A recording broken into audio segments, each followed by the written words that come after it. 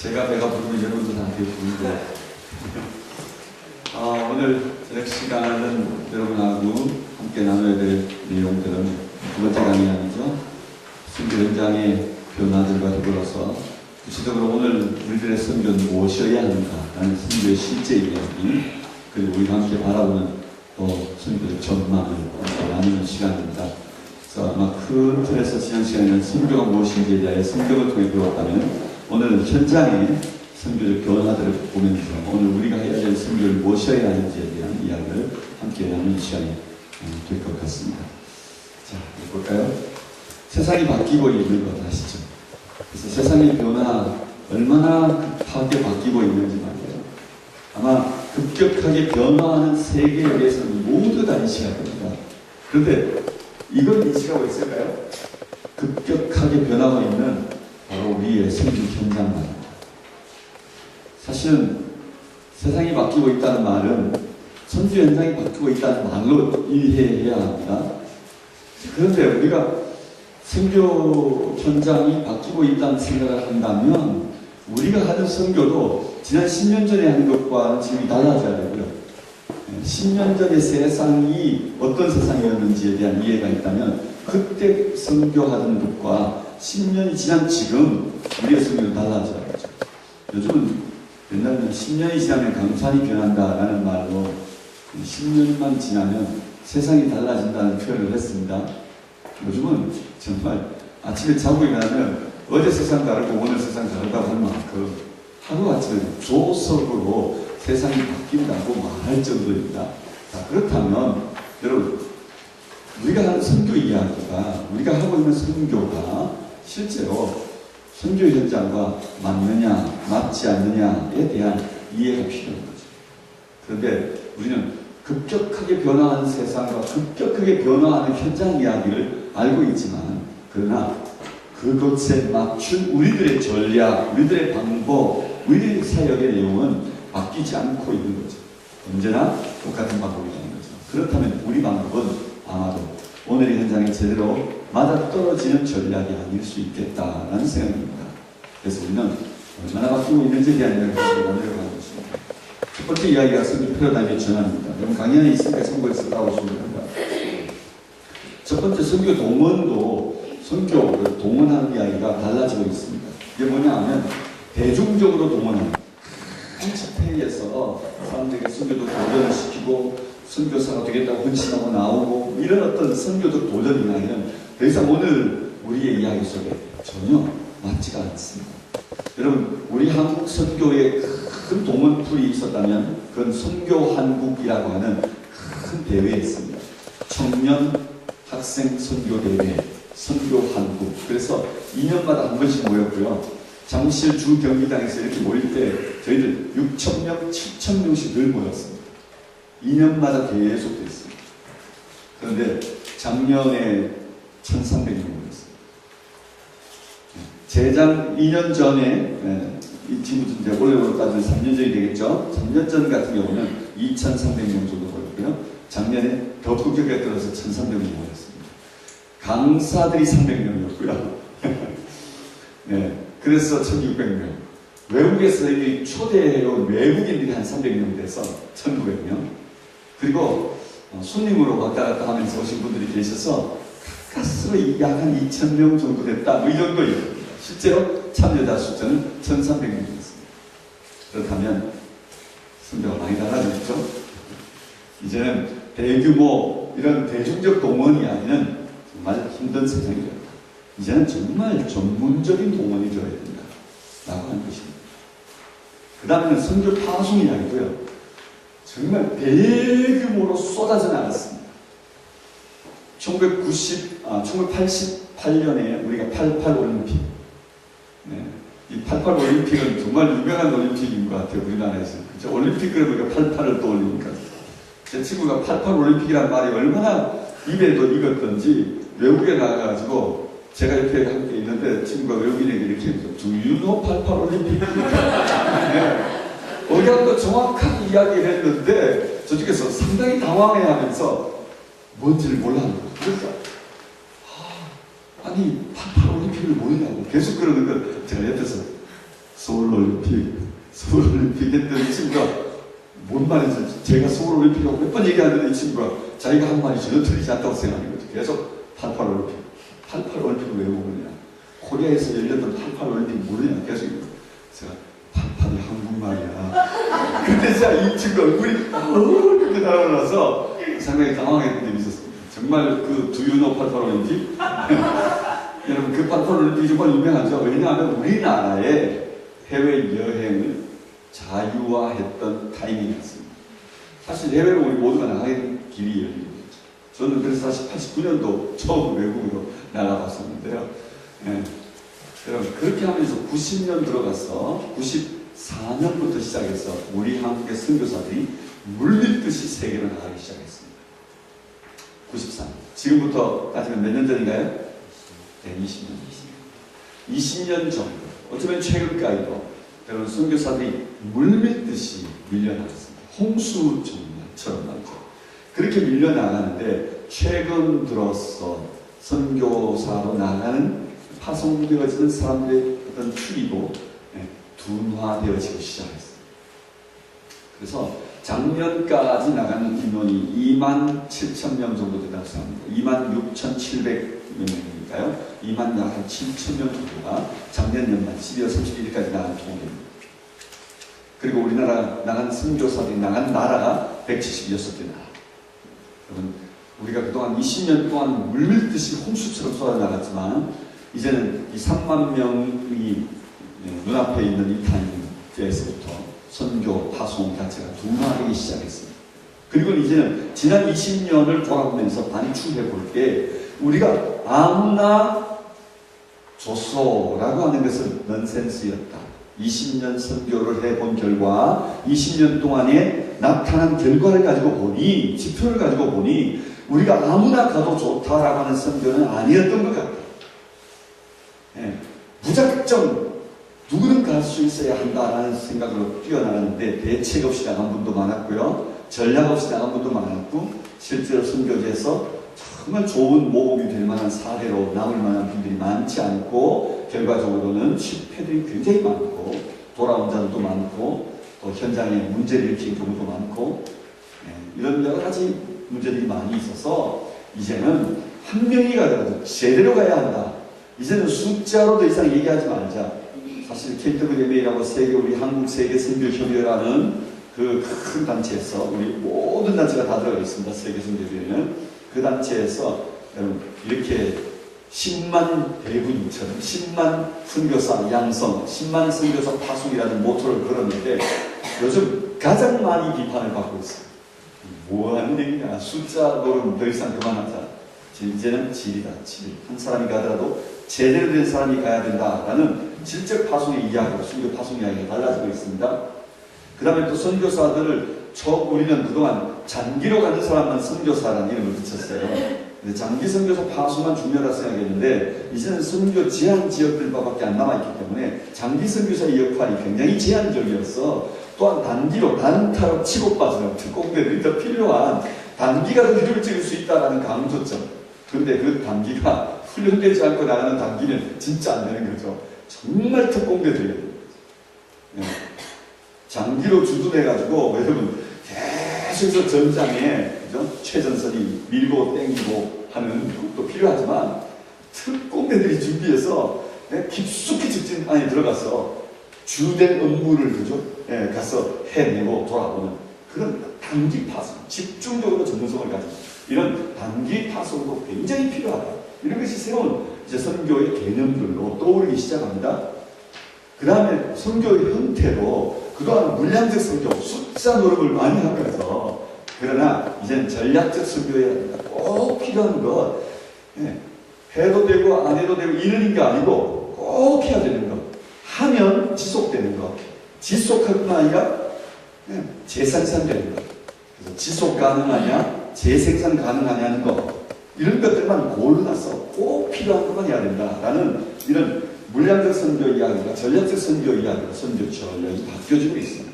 그 다음 프로젝트 중심, 돈을 많이 필요로 하면서 일어나는 이런 어떤 사역들이 이제 최소화되기 시작하고 사람 중심으로 전략이 바뀌고 있습니다. 왜냐하면 오늘도 우리 오늘 식사 같이 하면서 잠깐 얘기 나와요. 병원을 세우는데 병원에 내가 의사가 되고 내가 병원을 만들었어요. 그래서 병원을 도와주기 시작하는데 문제는 내가 죽을 때까지 의사하고 나면 그 다음에는 그 병원 문을 닫아야 되는 거죠. 근데 어떤 일이 일어나야 될까요? 그곳에서 의사들이 길러져야 되는 거죠. 의사가 길러지는데 실력 없는 의사하면 또 그 발달하는 만큼 다른 모든 일반 병실은 돈으로 투자해서 그죠? 의료 하는 뭐 점검하는 시설도 좋아지고 병원의 모든 뭐 환경이 좋아지는데 실력이 없는 사람이 안 되겠죠. 그러니까 실력도 있어야 되고 그 다음에 병원도 첨단 기기가 들어가야 되고 뭐 심지어 암 하나부터 시작해서 우리나라에 지금 얼마나 그 좋은 기계가 들어와 있는 걸로 병원을 홍보합니까? 마치 그것처럼 기본적으로 좋은 시설, 좋은 기기, 좋은 의사 그래야 이 병원이 지속 가능하니까요. 그래서 프로젝트를 하더라도 지속 가능하냐 또 재생산 가능하냐 나만 하다가 끝나는 일이 아니고 누군가가 대신 그 일을 지속 가능하도록 만들어갈 수 있는 사람을 기르고 있냐 사람을 기르고 있지 않으면 실제로 그 일은 아니 오름만 못한 태산을 오르려고 하는 헛된 일이 되어지기 때문입니다. 그래서 이제는 사람 중심으로 사람을 잘 훈련시켜 놓기만 하면 그 사람이 그 일을 다 해내는 거죠. 사람 바꾸는 일이 중요하다. 그래서 사람 중심으로 선교 전략이 바뀌어지고 있습니다. 그 다음 선교 단체들도요, 조직들도 과거에는 한 단체가 모든 걸 다 하려고 했습니다. 이제는 그런 절대 안 합니다. 그리고 또 다르게는 연합을 과거에도 한번 생각해 주시고 옛날에는 일치, 연합, 하나됨 이거 되게 강조했습니다. 우리들도 머릿속에 하나됨을 많이 들었는데 요즘은 하나됨 이야기 전혀 안 합니다. 세상도 바뀌었어요. 그게 뭐냐면 이제는 네트워크. 너는 거기 있고 나도 여기 있어. 그러다 우리의 장점들이 서로 공유되어져서 보완되어지고 그리고 시너지를 만들어내는 것. 그래서 파트너십을 강조하고요. 역할을 분담하고 상호 보완하는 이런 걸로 단체들도 특화되기 시작합니다. 그 다음에 선교도 말이죠. 과거에는 우리가 선교한다는 것이 되게 중요했습니다. 그러나 현장이 선교되고 있냐에 대한 질문을 별로 안 했어요. 우리가 많이 선교하고 있는 것이 중요했습니다. 우리가 예배당을 몇 개 지었냐 이런 것들이 교회에 들어가면 이렇게 쫙 이렇게 막 붙어있는 교회들이 많이 있습니다. 20개, 30개씩 예배당 지었다는 이야기들이 많이 있지만 그래서 우리가 대단히 선교를 많이 하는 것처럼 보이지만 실제로 그들에게 선교가 되냐 이 질문은 상당히 심각한 질문인 거예요. 그들에게 선교가 되느냐? 그래서 수요자 중심의 전략으로 바뀌지 않으면 공급자의 화려한 이력은 남지만 실제로는 아무것도 이루어지지 않는 경우가 참 많습니다. 사실은 어려운 나라일수록 전기세는 굉장히 비쌉니다. 아시죠? 네. 어려운 나라일수록 뭐 동남아 여러분 많이 나가보시니까 동남아 쪽의 전기세는 다 비쌉니다. 그런데 집을 짓는데 만약 건물을 예배당을 하나 지어주는데 예배당 완전히 fully 우리나라처럼 이렇게 다 막혀있는 그죠? 이런 좋은 예배당을 우리가 지어줬다 합시다. 그러면 거기다 뭘 들려야 될까요? 에어컨디션을 들려줘야죠. 에어컨디션을 들려주면 어떻게 될까요? 에어컨을 틀어야죠. 안 틀면 어떻게 되겠나요? 그 안에 예배할 수 없는 거죠. 그러니 전기세 누가 감당하죠? 전기세가 한 달에 그래도 더 시원하니까 들어가서 거기서 그냥 막 한 달 동안 틀어놓으니까 100만씩, 200만씩 나오는 거죠. 그럼 그다 어떻게 할까요? 선교사에게 달라고 하는 거죠. 자기들은 감당을 할 수 없으니까. 여러분, 이런 어리석은 일들이 일어나는 거죠, 실제로. 예배당 짓기는 그래서 실패한 케이스들이 꽤 많이 있습니다. 그래서 현지인들이 사는 방식, 현지인들이 그들이 할 수 있는 방식, 이런 방식들을 도리한 선교해야 하는데 수혜자 중심의 선교가 아닌 거죠. 우리가 볼 때 그래도 제대로 된 집이 좋은 거죠. 우리가 볼 때 멋있어야 되는 거죠. 그런데 현지인들에게는 가장 지속 가능하고 유지 가능하지 않는 구조인 것이죠. 그러니 수혜자 중심의 전략은 너무 필요한 전략인 것입니다. 그 다음 선교 후원입니다. 선교 후원도 과거에는 돈을 보내는 일이 중요한 후원이었습니다. 그런데 이제는 돈으로만은 되지 않습니다. 이제는 사람이 가야 하고 또 다르게는 그 사람과 함께 따뜻한 마음도 가야 하고 또 그들에게 꼭 필요한 것도 가야 하고 적인 것만 아니라 그들의 전인적인 삶이 회복되어지도록 돕는 이런 구조가 선교 안에 있어야 된다는 것입니다. 우리의 선교는 죽은 다음에 천국 가자는 이야기, 죽은 다음에 지옥 문제를 해결해 주는 설교는 우리가 하는데 천국 가자는 이야기로. 그러나 오늘 하루가 지옥에 있는 사람들의 문제에 대해서는 우리는 도와줄 수 없는 이런 선교는 오늘 선교에 있어서 굉장히 새로운 패러다임으로 바뀌어지고 있습니다. 그래서 오늘 하루가 지옥에 있는 사람들의 삶도 건져내고 내일의 그저 죽은 이후의 천국도 그들에게 함께 누리게 해주는 이미 천국을 살게 해주는 선교로 바뀌어지고 있다는 것입니다. 또 다른 변화는요, 선교 협력도 마찬가지입니다. 일방적인 선교가 말이에요. 선교 현장을 향해서 우리는 돕고 저들은 도움을 받는 자들, 이런 구조에서 대단히 일방적이고 획일화된 논리 안에서, 그래서 좀 고의적인 거죠. 제가 예를 들면 제가 선교지에 나타나면 사람들이 저를 달립니다.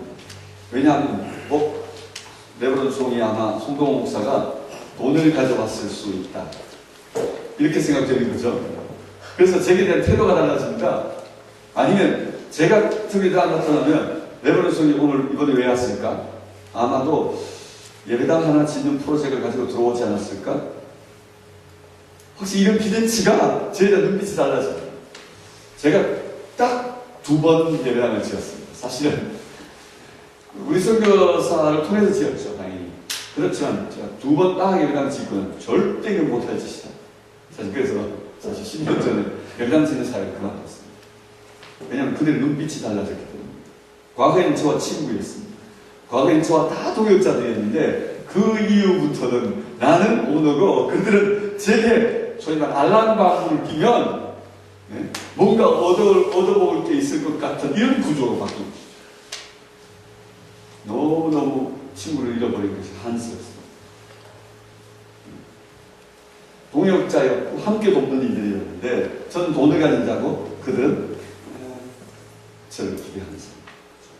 사실은 이런 구조를 특별히 우리의 선교 안에서 많이 경험되어질 수 있습니다. 그런 이런 일반적인 선교는 제한되어 있는 거죠. 상호적이어야 되는 거죠. 상호적. 전인적이고 유기적이고. 그리고 선교 현장도 달라지고 있는데요. 우리는 선교지와 피선교지로 완벽하게 구분되어져 있는 의식이 있습니다. 그 말은 뭔 말이냐면 우리는 선교하는 나라고, 그리고 우리나라 밖 모두 다 선교해야 하는 나라라는 구조입니다. 그리고 이런 구조가 실제로 한방향 선교 형태입니다.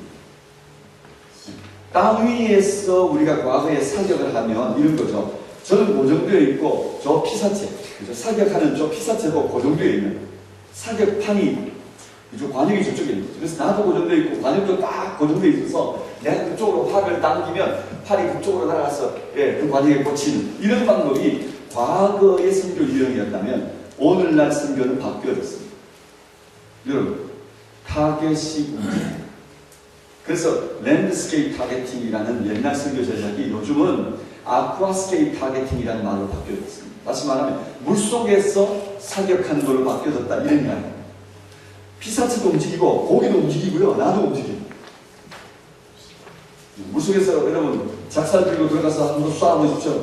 내가 분명히 바다 갯바위에서 뛰어내려서 바다를 향해 내가, 그죠? 작살을 들고 있었는데 나중에 고기를 쫓다 보면 내가 바다 방향에서 갯바위 방향으로 돌아서 이제 나를 보는 거죠. 마치 그것처럼 여러분, 우리나라가 20년 동안 정말 힘을 다해 선교해서 우리가 나간 나라가 176개 나라입니다.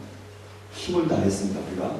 그런데 가만히 있는데 힘 다하지도 않았는데 외국에서 우리나라에 들어온 외국인들 나라 숫자가 197개국이 들어왔어요.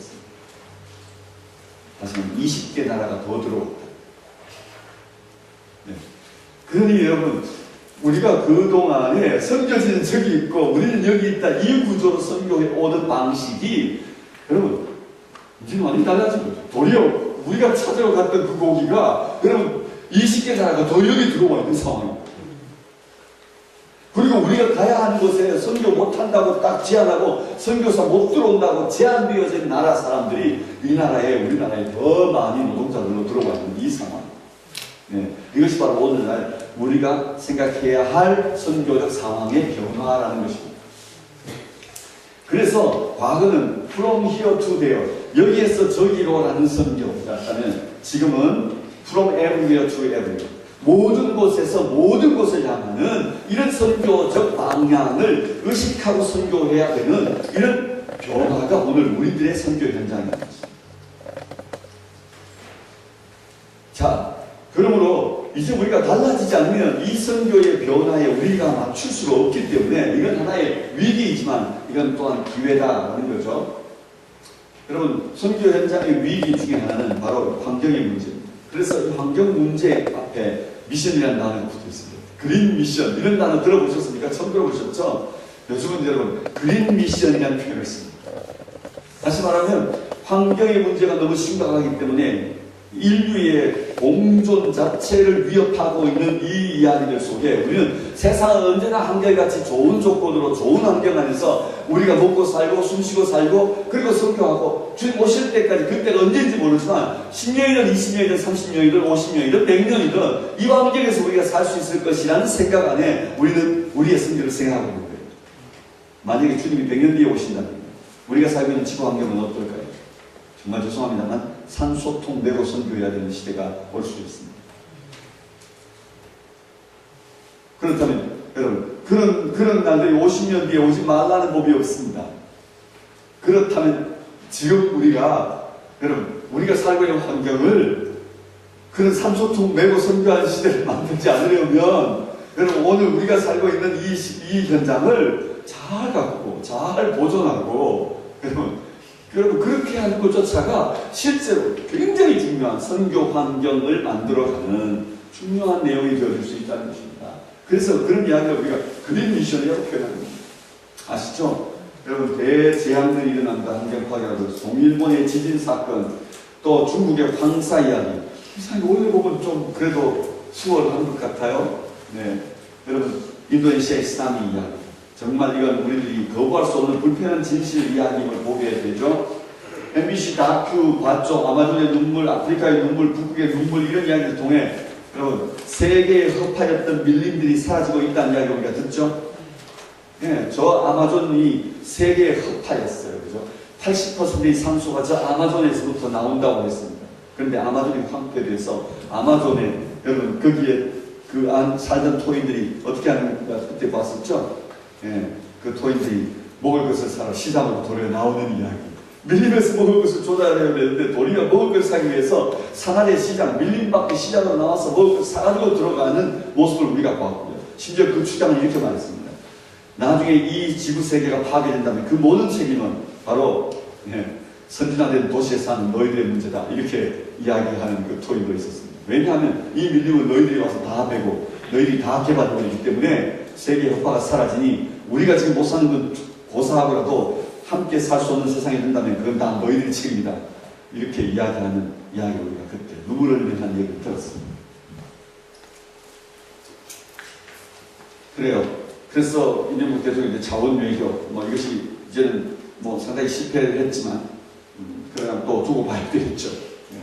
이런 자원 전쟁 이야기, 물 이런 문제 너무 심각한 문제가 되어지고 있는 것을 봅니다. 네, 환경 개발, 환경 보존 이건 오늘의 가장 중요한 이슈가 된다는 사실을 기억했으면 좋겠습니다.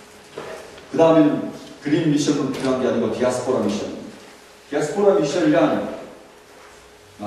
디아스포라 미션이란 흩어진 사람들의 선교라는 말입니다. 이건 뒤에 제가 다르게 또 얘기를 하겠습니다만 이걸 한번 보십시오. 우리나라에서 밖으로 나간 나라가 176개입니다. 다른 나라에서 우리나라로 들어온 나라가 197개. 이 말은 세계가 온통 여러분 서로의 방향을 나는 그리 가고 그들은 우리에게 오는 이런 온 세상이 서로 흩어져 가고 있는 것이죠. 우리나라도 결국 이런 이주 문제로 인해서 우리나라가 다문화 국가가 되어져 가고 있는 걸 아시죠? 여러분, 우리나라의 다문화 속도가 지금 대만 속도와 비교되어지고 있습니다. 대만 속도가 상당히 흡사한데 앞으로 10년입니다. 2020년이라고 이미 10년 전부터 얘기를 했습니다. 2020년이 되면 2020년 이제 앞으로 15년인가요? 지금 거의 5년인가요? 5년 정도. 벌써 2015년인가요? 그렇군요. 와. 여러분, 그때가 되면 우리나라가 다문화 30% 결혼하는 사람들이 30%가 다문화와 결혼하게 된다라는 통계입니다. 2020년이 되면요. 그리고 2030년이 되면 앞으로 15년 후네요. 그러니까 초등학교 안에 30%가 다문화 아이들로 자리를 잡는다는 것이죠. 2030년 앞으로 15년 후에 우리들 그 말을 초등학교로 가지 않고 우리 주일학교 얘기할까요? 우리 주일학교에 30%가 다문화 아이들로 들어온다는 거죠. 15년 후입니다. 그리고 2040년이 되는 말이에요. 청년들의 3분의 1이 다문화화라는 거죠. 여러분, 그건 우리나라가 급격하게 다문화 국가로 바뀌어지고 있다는 사실을 우리에게 보여주고 있는데, 이런 일에 대한 대비가 필요한 거죠. 이런 일에 대한 대비는 법적으로도 대비가 필요하고 사회적 환경을 조성하는 것도 되게 필요하지만 우리의 의식부터 준비가 되는 일은 참 필요한 것 같아요. 여러분, 근데 이것보다도 더 큰 문제는 뭔지 아세요? 통일입니다. 통일은 재앙입니다. 통일을 대박이라고 얘기하는 것은 대단히 여러분 정말로 낭만적인 계산입니다. 통일을 대박이라고 말하는 것은. 정말 경제적인 수치 노름 속에서 통일은 대박이라는 말을 한 것이지만 통일은 재앙입니다. 지금도 영원한 나누어서 이토록 박터지도록 싸우는데 말이죠. 지금도 말이에요. 우리가 소위 말하는 사상, 이 사상 문제를 가지고 진보냐 보수냐 이야기를 우리가 이토록 나누어 싸우는데 북한에서 내려오면 다 빨갱이 아닌가요? 북한에서 내려오면 다 빨갱이입니다. 이제는 남북 문제의 동서 문제만 아니라 남북 문제는 여러분 너무너무 깊은 문제인데요. 이건 아마 우리가 서로 죽이고 죽여야 하는 상황이 생길지도 모릅니다. 여러분 심각한 이야기죠. 통일 문제. 이 이주 문제는 우리에게는 정말 위기입니다. 그러나 여기 우리는 대비가 있나요? 통일될 때 우리가 어떻게 할까요? 지금 우리는 뭘 하고 있을까요? 통일을 위하여? 통일이 되기만 기도하고 계시죠? 네, 통일이 되기, 기도하면 응답해 주시죠? 아멘? 네, 통일은 기도하면 응답해 주시는데, 그러면 되면 어떻게 될까요? 네, 비가 오지 않는 어느 날, 비 오도록 해달라고 기도하는 모임이 있을 때죠? 그래, 어떤 어린아이가 기도를 마치고 돌아가는데, 장화 신고 우산 쓰고 나가서, 밖으로 뛰어나가서 모두가 다 그 아이를 조롱했다죠? 다 무슨 말을 하네. 그런데 그 아이가 뛰어나가자마자 하늘에서 우르릉 쾅쾅 하면서 수학비가 쏟아진대잖아요. 그래서 모두가 알았대잖아요. 진짜 믿음을 가진 아이는 그 아이였고, 이 비를 오게 한 것은 바로 그 아이였다고. 아무도 비 올 거라고 기도하지만 믿지 않았던 거죠. 그러면 통일 한번 생각해 볼까요? 기도하고 계시나요? 네. 정말 그러면 진짜 통일 될 텐데 어떡하시나요? 통일은 대박이 아니라 통일은 재앙입니다. 여러분 여기에 기회가 있고 위기가 있는 거죠. 위기가 있고 기회가 있는 거죠. 준비한 자들에게는 기회이고 준비되지 않은 자들에게는 위기. 그러면 교회는 통일을 위하여 선교하기 위하여 준비해야 하는 것이죠. 너무너무 심각한 이야기입니다. 세계가 우리나라가 다문화 국가가 되고 세계가 서로 함께 이주하여 여러분 함께 글로벌 빌리지 세계가 정말 지구촌이 되어지고 있는 이때에 우리들이 해외로 나가는 것이 되게 사치스러운 누구들의 행사처럼 이야기되어지는 이런 논리 가지고는 설교할 수 없겠죠. 네, 마치 이웃집 가듯이 우리는 갈 수 있는 마음의 준비가 필요하죠. 목사님 돈은요? 기도하면 되는 거 아닌가요? 돈의 문제 때문에 우리의 선교 문제는 언제나 제한되어질 수 있습니다. 사실 그 문제는 중요한 문제가 아닙니다. 저는 개인적으로 지금까지 살면서 경험 속에 돈으로 해결될 수 있는 문제는 가장 간단한 문제다 이런 생각입니다. 돈으로 해결할 수 있는 문제는 가장 간단한 문제입니다. 사실 돈 이상, 돈보다 더 중요한 문제들이 많이 있습니다. 그래서 돈의 문제는 쉽게 해결합니다. 여러분, 돈 문제 때문에 우리가 하나님 나라를 향해 하나님의 일을 하기 위해 또는 선교하는 일에 우리 안에 어떤 장벽도 두지 않았으면 좋겠고요. 기도하는 일이 필요하고 우리 안에 정말 뜻이 있는 데가 중요하고 그리고 정확한 방법으로 정확한 일을 할 준비가 되어 있느냐. 이게 더 중요한 일일 수 있겠죠. 네, 중고령 퇴직 인구들의 문제는 우리 한국 사회의 문제이고요. 또 노인 인구가 늘어나는 것도 우리 한국 사회의 문제입니다. 실제 우리나라만 아니라 전 세계가 이 노인 문제로 인하여 힘들어하죠. 여러분, 우리가 호모라는 말을 쓸 때 인간이라는 말입니다. 그런데 호모 헌드레드라는 인간이 있습니다. 백세 인간이라는 표현입니다. 신조어죠. 호모 헌드레드. 호모 사피엔스도 들어봤고, 그런데 호모 헌드레드라는 새로운 민족의 출현, 이게 바로 오늘 시대에 설명하는 말이죠. 여러분, 우리는 오래 삽니다. 그런데 그 오래 살 동안 우리는 뭘 먹고 살 거냐의 고민만 우리에게 있나요? 네, 뭘 하고 살 것에 대한 고민도 있으시죠? 그리고 선교의 이야기 속에서 나는 200세가 된다면 나는 그 긴 시간 동안 나는 뭘 하고 살 것인가, 하나님의 일을 어떻게 하고 살 것인가의 고민들, 이것이 바로 오늘날 시니어 선교라고 불려지는 실버 선교, 이제 은퇴 퇴직 인구들의 선교의 장에 새로운 선교 주력 인구들로, 계층들로 맞서고 있는 시대가 바로 오늘 시대입니다. 그래서 여러분 보십시오. 선교함께라는 청년대학생 선교 집회는 1,300명으로 내고를 받았어요. 여러분, 그런데 시니어 선교한국이라는 도리어 중고령 인구들이 모이는 선교한국 운동이 사실은 지난 2006년 이후 모였나요? 2006년 이후부터 모이기 시작했는데 작년에 안 모이고 재작년에 모였어요. 올해 이제 또 모이는데 선교한국 경년들이 된 거예요. 근데 작년 재작년에 2,700명이가 모였어요. 약 3,000명 가까이 모였어요. 네, 올해는 아마 더 많이 모이겠죠. 도리어 청년 선교 학생들은 내리꼴 받고요. 도리어 시니어들은 도리어 이게 더 상승곡선을 그리고 있어요. 여러분, 오늘 우리들이 청년들이 선교하는 거라 생각했던 선교 이야기는 이 시대 이야기가 아닙니다. 여러분, 과거에 어느 교회에 가면 청년대학생들이 선교 간다고, 전도 비전 트립 간다고, 여러분, 소위 말하는 지라시, 전단지 적어가지고 기도 제목 적고 후원 요청하는 거 적어서 선교인들 집사님들 찾아가서 이렇게 나눠주고 기도해달라고 하고 후원해달라고 이렇게 요청해서 우리 돈 주머니 꽤, 그죠? 걔들에게 좀 풀었잖아요. 여러분, 그런데 이제 다른 얘기예요. 이제 뭐냐면 우리들이 나가는 이야기. 우리들이 나가면서 이렇게 말하는 거죠. 며느리야, 딸아, 아들아, 야, 나 비전 선교 간다. 나 좀 지원해주라. 기도도 해주고. 여러분, 그래서 우리 기도 편지 적어서 며느리에게도 주고 아들에게도 주고 딸들에게도 주고, 여러분, 그러면서 청년들에게도 주면서 나 선교 간다. 후원하고 기도해라. 이렇게. 그래서 나가야 하는 시대입니다. 정말요. 우리들의 시대예요. 앞으로 100세 될 때까지 우리는 무릎도 건강해야 되고요. 무릎이 약하면 끝장입니다. 그러니까 무릎 건강하게 하시고 다리 버티어 쓸 수 있으면 이제 다니입니다. 그러니까 이제 우리가 다니는 시대가 됐습니다. 아멘. 네. 여러분, 동남아 가는 정도는 여러분 저 제주도 가는 것보다 더 싼 시대가 되겠습니다. 네. 저 필리핀 이런 데 가는데 항공권이 너무너무 저가되게 경쟁하면서 많아가지고요. 55,000원짜리 항공 티켓이 나옵니다. 여러분, 최근에는 무슨 교사는 100원 주고 끊었다는데, 100원? 1페소. 네, 필리핀도. 왕복권 프로모션 하니까.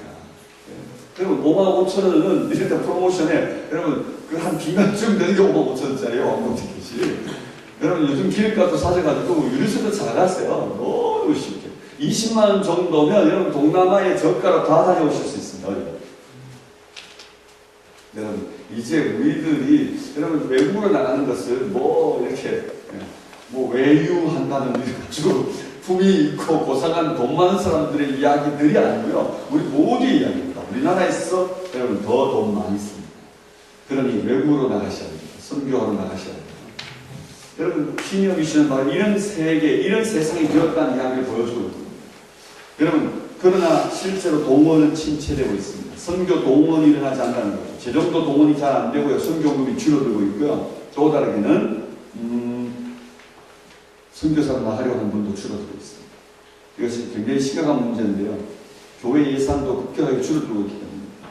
여러분, 제가 신학교 다닐 때, 전 신대원 다닐 때가 86년, 88년, 87년, 그때 제가 신학교 다녔습니다. 신대원 다녔어요. 제가 88년에, 89년 2월에 제가 졸업했거든요. 신학교 다닐 때, 그때 저희들이 뭐라고 얘기하냐면 우리나라의 기독교 인구를 1200만이라고 불렀어요. 기억나시나요? 1200만이라고 했던 거 기억나시죠? 제가 신학교 딱 졸업하고 목사가 될 때 그때쯤 우리의 기독교 인구를 1000만 성도라고 불렀습니다. 기억나시나요? 1000만 성도라고 불렀어요. 1000만 성도. 제가 유학 갔다 돌아오니까요. 네, 그리고 2000년대 들어오니까 800만 성도라는 말을 쓰기 시작했습니다. 800만 성도. 여러분 요즘 문서로는 어디든 다 굉장히 보수적으로 잡은 겁니다. 800만 성도라고 씁니다. 그러나 메시지라는 스피커들은 어디 가면 모두 600만 성도라고 그냥 씁니다. 스피커들 책임지지 않아도 되니까 그죠? 네, 말로는 600만이라고 아주 레디컬하게 얘기합니다. 그러나 글로는 굉장히 보수적으로 써야 되니까 800만이라고 씁니다. 우리 교회 부흥했죠? 우리 교회는 부흥하는데 뭔 말이냐라고 생각할 수 있습니다. 여러분 아니요. 한국 여러분 반토막 났습니다. 한국 교회가 반토막이 납니다. 여러분 이게 우리 한국 교회의 현실입니다. 여러분 그렇다면 한국 선교는 어떨까요? 한국 선교도 대책 없는 선교를 하고 있는 것이죠 지금. 왜냐하면 우리가 풀리 서포트해서 후원해서 보내는 이 선교사들이 3만 명이나 한다면 문제는 이 3만 명이 나가서 은퇴만 딱 하면 후원 끊어야 됩니다. 무슨 말인지 아시죠? 사역 끝났으니까 후원 끊어야죠. 이제 5년 뒤부터 대거 은퇴가 시작됩니다. 20년 전에 하던 선교사들이 이제 5년 뒤는 대거 우리 한국 선교의 선교사 은퇴가 급격하게 시작됩니다. 홍수처럼 나갔던 그 인구들의 바로 은퇴가 시작됩니다. 문제는 그 은퇴자들의 돈, 이후의 삶, 보장이 안 되고 있습니다. 교회는 은퇴자까지 다 먹여 살릴 수 없잖아요. 우리 교회 담임한 목회자도 은퇴하셔서 우리 교회가 책임 못 지겠다고, 한 분도 책임 못 지겠다고 교회가 다 견뎌를 써나고 그렇게 되는 상황에 말이에요. 우리가 선교사 돌아온 그 선교사들을 은퇴후까지 책임져야 되겠어요? 그냥 못 끊어야죠. 못 끊어야죠. 아니면 어떻게 될까요? 선교사를 이상 보낼 수 없는 상황이 되었습니다. 심각하죠? 아니요. 이게 실제 심각한 고민입니다. 선교계는 이 문제를 심각하게 고민하고 있습니다. 교회들의 고민이 필요합니다. 선교 현장의 이야기는 이처럼 심각합니다. 우리 한국 선교가 바로 이 동원 침체의 이야기 속에 그래서 우리는 지금 이렇게 말해야 합니다. 과거에는 한두 사람의 선교 이야기에서 이제 모두는 우리 모두가 선교하는 시대로의 저운함이 필요하다는 이야기입니다. 그게 바로 선교적 교회 또 다르게는 우리가 선교사라고 하는 관점에 우리가 도달해야 된다는 것입니다. 이건 현재의 당면한 문제 때문에 이런 생각으로 바뀌는 게 아니고 실제로 성경이 그렇게 말했는데 그동안 우리의 헌신이 최소화 헌신하여 여러분 우리가 선교사들을 보내는 것으로 가는 자와 보내는 자라는 구도는 한편으로는 뭔지 아십니까? 보내는 자라는 말은 안 간다는 말입니다. 가는 자와 안 가는 자라는 구조였습니다. 여러분 그래서 가는 자와 안 가는 자라는 구조의 선교 이야기를 지금까지 해서는 안 된다. 이제는 누구만 가는 게 아니고 우리 모두가 가는 거다. 우리가 모두가 가야 한다라는 구조 안으로 우리의 선교적 교회의 인식, 이 인식이 바뀌지 않으면 안 된다는 것입니다. 이게 바로 오늘날 우리의 선교에 대한 인식입니다. 여러분 다 가셔야 합니다. 다 가야 하는 자라는 사실에 대한 인식이 필요합니다. 그때 우리는 이 문제, 그 많은 문제들을 최소화할 수 있는 방법이 나옵니다. 그 다음에는 인프라입니다. 여러분 우리는 세상이 둘이라는 사실을 잘 모르고 있는 것 같습니다. 다시 말하면 온라인 세상이 있고 오프라인 세상이 있다는 겁니다. 우리가 이렇게 직접 만나는 세상이 있고요. 또 다르게는 온라인 안에서 온 세상이 인터넷 안에서 만나고 있다는 것입니다. 우리는 언제나 발로 뛰는 선교만 생각하는 것입니다. 복음을 가져가는 방법도 언제나 발로 가는 방법만 선교라고 생각하는 것이죠. 아니요. 여러분 발로 가는 것만 다가 이제는 보이지 않는 세상 안에 또 다른 세상, 온라인 세상이라는 어마어마한 세상이 있습니다. 여러분 지금 세상은 여러분, 물건을 사고 파는 일에 있어서 점점 더 늘어나고 있는 구조가 뭐죠? 발로 뛰어서, 여러분, 이 발이 말이에요. 발품을 팔아야 싸게 산다는 이 논리로 우리가 발품 파는 걸 우리가 그동안 싸게 사는 방법이라 생각했고요. 예, 그렇지만 아시죠? 이제는 더 이상 발품 파는 그런 어리석은 방법으로 하지 않습니다. 딱 한 번 에누리라고 하는 곳에 들어가셔서 가격 비교 사이트에서 모든 온라인상에 파는 가격들을 단 한 번 물품 집기를 집어넣고 가격 대비하여 가장 싼 곳을 찾아내 주니까요. 몇 번 엔터키만 치면 가장 싼 곳을 찾아내고 그리고 주문하면 요즘은 바로 배송입니다. 네, 그래서 하루만에도 옵니다. 하루만. 그래도 입어봐야지. 옷은 그럴 수 있습니다만, 그러나 이제 젊은이들 사는 기술도 늘어가지고요. 안 입어보고도 얼마든지. 그리고 또 다르게는 정확하게 또다시 반품해서 전혀 문제없이 물건을 집에서 앉아서 회사에 다 하면서 공부 다 하면서 물건 사고 있는 것을 봅니다. 쇼핑도 어디가 슈퍼마켓 가서 합니까? 여러분, 사이트 들어가서 대추 하나, 오이 하나 이렇게 딱 하면 집에 딱 갖다가 배달해 주는데요. 네, 저희 사무실에서 최근에 그런 일이 있었어요. 나가서 밥 먹는 것도 시간도 문제고 반찬도 문제고 목사님 제정도 그런데 목사님 밥통 하나만 사죠. 왜? 반찬을 주문해서 먹게요. 야, 그래가지고 되냐?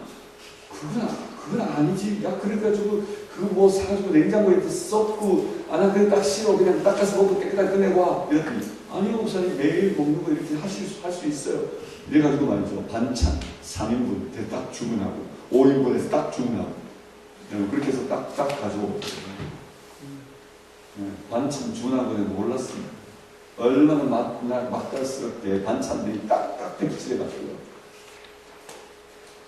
그래서 우리 앉아서 냉장고에서 꺼내 안 먹어도요. 그렇게 해서 국까지 가져와요. 국까지요. 여러분, 이제 세상이 달라졌습니다. 우리 선교 이야기도 이제 발품 파는 선교 이야기로만 우리 선교를 생각하는 난센스입니다. 여러분, 저 밀림 정글 안에 들어가면 과거에 유선전화기도 없던 사람들이 지금 어떻게 사는지 아세요? 유선전화기도 한 번도 다니지 않았던 사람이 바로 무선전화기, 그죠? 네, 모바일 폰을 들고 다닙니다. 핸드폰 들고 다닙니다. 저 밀림 정글 안에 어디든 다. 네, 그런 세상이 되어 있는데 우리는 여전히 복음을 발품 파는 이야기로 선교 이야기를 생각하는 것은 넌센스다. 그래서 이 IT 온라인 안에서 이 인프라를 구축하는 것은 너무너무 중요하다. 사실은 교회는 이런 일에 얼마나 여러분 실패했는지 한번 볼까요? 인터넷이 만들어질 때 교회마다 인터넷 다 만들었습니다. 홈페이지는. 우리 교회도 홈페이지 있으시죠? 네. 홈페이지 제대로 가동되고 있나요? 아니요. 그렇게 말하실 거예요. 대부분의 교회, 99%가 교회에서 만들었던 홈페이지를 다 제대로 가동 못하고 있습니다. 못 사용하고 있다는 거죠. 교회가 왜 갑자기 여기 투자했을까요? 세상이 이렇게 바뀐다고 투자했잖아요. 쫓아가지 못했거든요. 비전문가들이 사실은 그 홈페이지를 관리하고 있기 때문에. 네. 왜냐하면 세상에 다른 홈페이지나 다른 포털은 너무너무 발전해가고 끊임없이 업데이트하고 여러분 그 세계에서 살아가는데 교회는 말이에요. 이렇게 할 인력이 없는 거죠. 그러나 교회 하나를 잃어버린 거죠. 우리는 오프라인에서 사실 못 만납니다. 밥 한 번 먹기도 되게 힘들어요. 여러분, 그래서 최근에 우리 어떤 청년 하나가 저희 회사 사무실에 왔는데 선교 기업 하나를 만드는데 사회적 기업 형태를 만들었어요. 근데 집이라는 말과 사랑의 자, 그래서 집에라는 사이트를 하나 만들었어요. 이게 뭐냐면 가족들끼리 온라인상에서 채팅하는 사이트를 만들었어요. 근데 정부에서 엄청난 돈을 지원해줬어요. 사회적 기업이라고. 왜냐하면 가족들이 너무 단절하고 사니까 그곳에서 이슈별로 결혼 문제 이렇게 찍으면 결혼 문제 엄마가 글 하나 올리면 아들이 올리고 딸이 올리고 이렇게 서로 대화하고. 왜냐면 못 만나니까. 외국에 다 떨어져 있고 온 사이에 다 흩어져 있는데 그 안에서 만나고 얘기하자는 거죠. 밴드 뭐 이런 거를 가지고 부족하다는 거예요. 그래서 거기서는 하여튼 여러분 이런 세상이 되어가고 있습니다. 온라인 세상에 대한 관심들이 필요하겠죠? 넘어갑시다. 길게 갔네요. 네. 세계화 문제는 여러분 이제는 다문화 국가와 세계를 인식해야 합니다. 여러분 이제 우리는 대한민국 그러면 우리는 대의민족이고요. 우리는 순수한 혈통을 가진 그런 우리 민족에 대한 자부심 위에 있습니다. 그래서 죄송합니다. 혹시 여기 혼혈이 있으신가요? 혼혈되었다고 생각하면 어떤 생각이 듭니까? 아주 못마땅해하죠. 그래서 여러분 혼혈되어진 분들에 대한 우리는 피를 섞었다는 것을 굉장히 터부시하고 또 질타하고 또는 무시하고 경시하는 그런 분과가 우리에게 있습니다. 그 아파트 불렀던 가수나 아니면은 여러분 인순이나 뭐 이런 분들이 여러분 사실은 우리에게 초반에는 그렇게 탐탁지 않게 믿었던 사람입니다. 여러분 그러나 이제는 글로벌 빌리지 세계 지구촌이라는 우리는 한 마을에 사는 사람들입니다. 이제 우리는 생각이 열려야 돼요. 최근에 제가 알게 된 선교사님 한 분은 딸 하나 아들 둘인가 그런데요. 죄송합니다. 제가 이렇게 표현해서 그냥 우리 웃자고 하는 거니까요. 그냥 웃으면 되는 겁니다. 깡둥이, 흰둥이, 노랑중인가요? 그렇게 다 다른 나라 사람하고 그랬어요. 흑인 며느리 봤더라고요. 괜찮아? 뭐가 문제야? 이렇게 얘기하는데 저는 문제가 돼요. 우리 아들이 흑인 며느리가 되어온다면 저는 힘들 것 같아요. 제 아내는 죽어도 안 됩니다. 왜냐하면 나는 말이 이창하지 않아서 나는 힘들어. 당신은 어쩔지 몰라도 나는 안 돼. 며느리는 난 딸처럼 생각하는데 얘기도 하고 생각도 나누고 그리고 함께 좀 치대고 그리고 함께 살아야지. 그랬더니 뭐 데리고 살 거야. 다 지내서 사는 거야. 신경 쓰지 마. 끊어. 이래도 안 돼. 절대 까만 며느리는 안 돼. 하얀 며느리까지는 그래도 왠지 뭔가 있어 보이는데 까만 놈은 안 돼. 뭐 여러분 세상에 그런 논리가 어디 있어요, 그죠? 사람이 아니라는 생각이 사람이 그 까만 얼굴을 하는 사람이 아니고 우리가 다르겠습니다. 참 정말 입으로 말할 수 없지만 아니죠. 네. 우리 마음이 열려 있어야 되겠죠. 마음을 한번 열어보세요. 가능한지 여러분 자신. 네. 그게 사실은 다문화 국가로 가는 지름길입니다. 우리 수봉교회는 안 그랬지만 저 분당에 있는 교회예요. 외국인 노동자들이 함께 예배를 드리는데요. 한 300명 정도가 예배 드리는 교회인데요. 참 슬픈 일이에요. 늘 이제 식사 시간 타이밍이 장로님이 들어오신 타이밍하고 이렇게 안 맞았던 하루가 있었나 봐요. 그랬는데 늘 안 맞았는데 어느 날 장로님이 딱 들어오셨는데 그 외국 노동자들과 함께 줄을 서서 식판을 받아야 하는 타이밍이 되는 거죠. 정말 이건 정말 우리가 들어도 화가 나는 거예요. 그분이 이렇게 말합니다. 이걸로 내가 밥 받아 먹으란 말이냐. 이걸로 쟤들이 먹던 이걸로 내가 다음 주에 식판 싹 바꿔줄게. 그랬어요, 여러분. 그들이 먹었던 걸로 그쪽으로 주고 여러분 교회 식판을 다 새로 바꿨다는 거 아닙니까? 미친 거죠.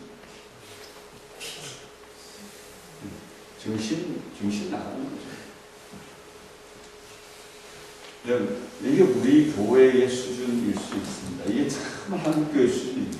여러분, 최근에 여러분 성화적 리스트 이거 가지고 우리 정말 이러는데 정말 이것도 너무 부끄러운 거 아시죠? 장로님 있잖아요. 네. 저 서산감리교회 장로님이시고요. 홍문종 장로님이시고요. 옛날에 또 군수 해가지고 거기도 장로님이셨잖아요. 군수님. 최근에 기독교를 강타하지, 아예 기독교를 더 이상 거리가 안 돼, 까면 안 돼. 이제 기독교 그런 거, 교회 그런 거 모르냐. 더 이상 교회 얘기를 안 하는 거죠. 근데 한편으로 되게 고맙고 장로했다는 말 좋냐. 그래서 뉴스에 확인해도 쓱 지나가지고 그걸 가지고 이슈로 물고 있는 사람이 거의 없어요. 이제 더 이상 신학교 다 했나 봐요. 이게 우리 수준이에요. 이게 정말 이게요. 어떻게 좋을까요? 정말 정말 안타까운 거예요. 어쨌든 여러분 우리 수준 올려야 돼요, 그죠? 이제 우리 교회를 여러분 이렇게 생각합시다. 우리 교회를 멀티내셔널리티를 가진 교회 가능하다. 여러분 우리 교회를 다인종이 들어온 교회가 가능하다. 우리들끼리 한국말로 하는 교회만 가능한 게 아니고, 여러분 여기에 다른 나라만, 여러분 영어 예배하는 거 아시죠? 영어 예배 하시잖아요. 제가 알고 있습니다. 영어 예배. 이 영어 예배하는 거 가지고, 그거 가지고 어려워할 필요 없어요. 그럼 이거보다 더 해야 돼요, 여러분. 이런 예배가 계속 만들어져야 되고요. 영어 예배만 해가지고 되겠어요. 다른 나라 언어로 하는 예배가 이 안에, 여러분 한 번 예배 드리는데, 곳곳에서 한 30개 예배가 함께 드릴 수 있는 이런 타이밍도 와야 됩니다. 정말. 아니면 우리 모두가 다 영어 해야 돼요. 그래야 함께 영어로 예배하고, 우리가 우리가 총력을 받아야 되는 시대가 올 줄도 모르겠습니까? 여러분, 이런 준비가 되어져야 하는 시대다. 선교 이야기는 이제 저리 가는 이야기만 전혀 아니라 이미 우리 안에 들어와 있는 이야기다. 여러분, 선교 제한지역이라고 불렸던 그런 14시창, 지금 그러면 1040 윈도우라는 표현으로 14시창 이야기를 그동안 너무 많이 했습니다. 여러분, 그런데 14시창이라는 선교 제한지역에 대한 이야기만을 무성하게 할 뿐, 교회는 어떻게 창의적으로 저곳에 선교할 건가라는 전략을 교회가 내놓은 적이 없다는 것입니다. 이게 정말 안타까운 일인데요. 선교, 지금은 우리가 대부분이 미전도 족속이라 불려지는 바로 그들이 살고 있는 곳입니다. 우리가 지금 많은 경우에 우리가 가고 있는 선교지들은 실제로 이미 선교지라고 하기보다는 도리어 기독교 국가가 되어질 정도로 그렇게 선교된 나라입니다. 여러분, 그런데 여러분, 저 창의적 접근적 선교되지 않는 저 나라에 선교하는 일에 우리가 더 영향을 집중해야 되는데요. 그런데 그곳을 향하여 교회는 어떤 아이디어를 갖고 있지 않습니까? 우리가 막연히 선교하면 되는 게 아니고 우리가 생각을 해야 되는 거죠. 우리가 아이디어를 짜내야 되는 거죠. 교회가 대책과 대안을 가지지 않는다는 것만큼 어리석은 선교가 없는 거예요. 여러분, 우리는 우리가 사업을 하는 하나의 회사라 합시다. 우리의 선교는 해외사업팀이라고 생각합시다. 자, 해외사업팀을 보냈습니다. 회사는 어떤 전략을 수립하지 않습니까? 모든 문제는 해외사업팀에서 구상하고 해외사업팀에서 가져오면 우리는 모든 거 다 오퍼를 줍니까? 다 지원해 주는 거예요? 그런 사업하면 다 망합니다. 여기서 확실하게 현장에 대한 데이터를 가지고 현장 전문가들이 전략을 세우고 몇 번 현장에 가보고 철저히 조사해서 여기서 계획 세운 것을 집행할 사람을 보내서 우리가 일시키는 거죠. 그렇죠? 네. 그리고 여기 앉아있는 사람은 최고 전문가 돼야 됩니다. 여러분, 해외사업팀이 선교팀입니다. 우리 선교국은 해외사업팀이에요. 우리 교회 해외사업팀입니다. 해외사업팀을 가장 효율적으로 하고 있는 선교여야 하는 거죠. 그렇다면 특별히 선교해야 될 곳이 어디냐, 우리 사업을 적극적으로 펼쳐야 될 곳이 어디냐 하면 아직도 선교되지 않은 지역인 거죠. 네. 그렇다면 우리가 총력을 집중시켜야 되는데, 집중을 시킨 다음에 그 내용은 뭐 해야 될까요? 그 내용은 대단히 창의적인 생각들을 우리 안에서 논의줘야 돼요. 계속 교육만 받으시면 안 됩니다, 여러분. 언제까지 교육만 받으시나요? 네. 감수들이 지금 10기잖아요. 그죠? 10기 동안의 훈련만 계속 받으시면 안 되죠? 감수를 적어도 한 3번 정도만 하셨다 그러면 이때부터는 현장을 그래도 한 30번 갔다 오시면 최소한 선교 전문가들이세요. 이제는 전략을 우리 안에서 만들어야 되죠. 우리 안에 전략을 만들어서 그 전략을 계획하고 현장과 맞는지를 대조하고 몇 번 답사하고 그래서 우리 안에서 계획된 이야기를 정확하게 프로젝트를 가지고 와서 실행에 옮기는 이런 선교가 이루어져야 되겠죠. 여러분, 그래서 우리의 미션은 비즈니스처럼입니다. 또 다르게는 미션으로서 비즈니스를 생각하는 이런 선교가 창의적 접근적이 얼마나 필요한 이유인지 모릅니다. 여러분, 선교 한계, 파송의 한계 때문에 요즘은 여러분 후원의 한계 때문에 자비한 선교가 굉장히 각광을 받고 있습니다. 사실 선교 비용을 스스로 충당하는 선교입니다. 사도 바울이 선교사로서 자기와 동료들의 쓸 것을 내가 이 두 손으로 수고하여 채웠다라고 표현하죠. 그렇게 표현하면서 그가 텐트를 만드는 사람의 역할을 설명했습니다. 그래서 사도행전 18장에 나오는 이 바울의 고백 때문에 텐트 메이커스, 텐트를 만든 사람들이라는 바로 이 자비랑 선교사는 이미 오래전부터 있었습니다. 그동안 자기가 선교하는 일에 비용을 충당하는 일에 직업을 선택하는 것이 지금까지 선교였다면 사실은 요즘의 선교의 패턴은 여기에서 한 걸음 더 가봅니다.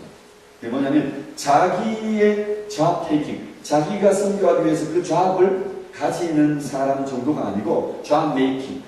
여러분, 내가 먹고 사는 것만 아니라 또한 그 현지의 사람들에게 잡을 만들어서 일거리를 만들어줘서 그들도 먹고 살게 하는 선교로 바뀌어졌어요.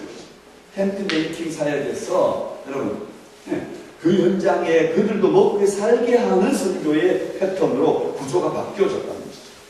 이제 텐트 메이킹 이야기하면 아주 옛날 이야기입니다. 아직도 그 얘기야. 옛날 이야기하면 이제 니 혼자 먹고 사는 이야기 가지고 순기한다 그러면 안 되지. 이제 남들도 먹고 사는 이야기를 해야지. 그래서 여러분, 이제 이 비즈니스 애드미션 이야기는 이런 얘기입니다. 여러분, 옛날 유대인들의 탈무드 안에 격언들을 우리가 기억하죠.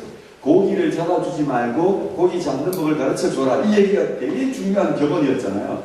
이제 우리들의 선교 이야기는 여기 상대로 더 갑니다. 왜 뭐냐면 고기를 잡는 법을 가르쳐주는 것 정도도 아니고 고기를 어떻게 팔 것인지, 잡아 팔 것인지를 가르쳐줘라. 다시 말하면 비즈니스하는 법을 가르쳐줘라. 그렇게 하면 그 집만 먹고 사는 게 아니고 그 마을 전체가 먹고 살고, 또 다르게는 그 마을이 한 세대, 그 세대만 사는 게 아니고 그 공동체가 세대와 세대가 먹고 산다. 그러니 우리의 선교가 좀 더 지속 가능하고 재생산 가능한 선교여야 한다라는 구조입니다. 여러분, 동남아에 우리 선교사들이 들어가서 해놓은 폐해들이 20년 지난 가운데 가장 치명적인 폐해가 뭔지 아십니까? 그건 뭐냐 하면 우리가 한 선교의 결과로 인하여 여러분, 그들이 더 이상 아무 일도 하지 않게 된다는 것입니다. 예를 들면 이런 겁니다. 여러분, 동아시아 쪽에 태국이나 이런 또 어떤 캄보디아나 베트남이나 이런 동아시아의 불교 나라도 좀 가보시면 대박이 날 수 있습니다. 그런데 새벽마다 여러분, 그들이 새벽에 일어나서 밥을 짓습니다. 밥을 짓고 음식을 만들어 준비했다가 여러분, 보시하러 나가죠. 새벽에 물을 끓고 있으면 승려들이 여러분 다 통 하나를 들고 길거리에 쏟아져 나옵니다. 그러면 여러분, 물을 끓고 있는 사람들이 그들의 먹을 것을 그 통 안에 집어넣죠. 그죠? 그렇게 보시하는 모습을 늘 볼 수 있습니다. 여러분, 동아시아에 가면 그 탑들, 여러분, 그 탑들이 얼마나 여러분 진짜 황금색을 칠해놓고 황금인 경우도 있긴 하지만 여러분, 황금색을 칠해놓은 그 사원들이 얼마나 화려합니까? 그 사원들 다 외국에 가서 지어졌죠. 미국에서 와서 지어졌나요? 영국에서 와서 지어졌나요? 독일에서 와서 지어졌나요? 아닙니다. 그들이 스스로 지었습니다. 이해되시나요? 네. 그들의 예배당을, 그들의 사원을 그들 스스로 짓고 그들의 승려들을 그들이 아침마다 그 가난해도 그죠? 그들이 먹을 것을 시주해서 먹이고 삽니다. 그런데 그들이 예수 믿게 되면, 예배당으로 딱 들어오면 그들의 예배하는 처소 누가 지어줍니까? 한국교회입니다. 그들의 사역자는 누가 먹이나요? 한국 선교사입니다.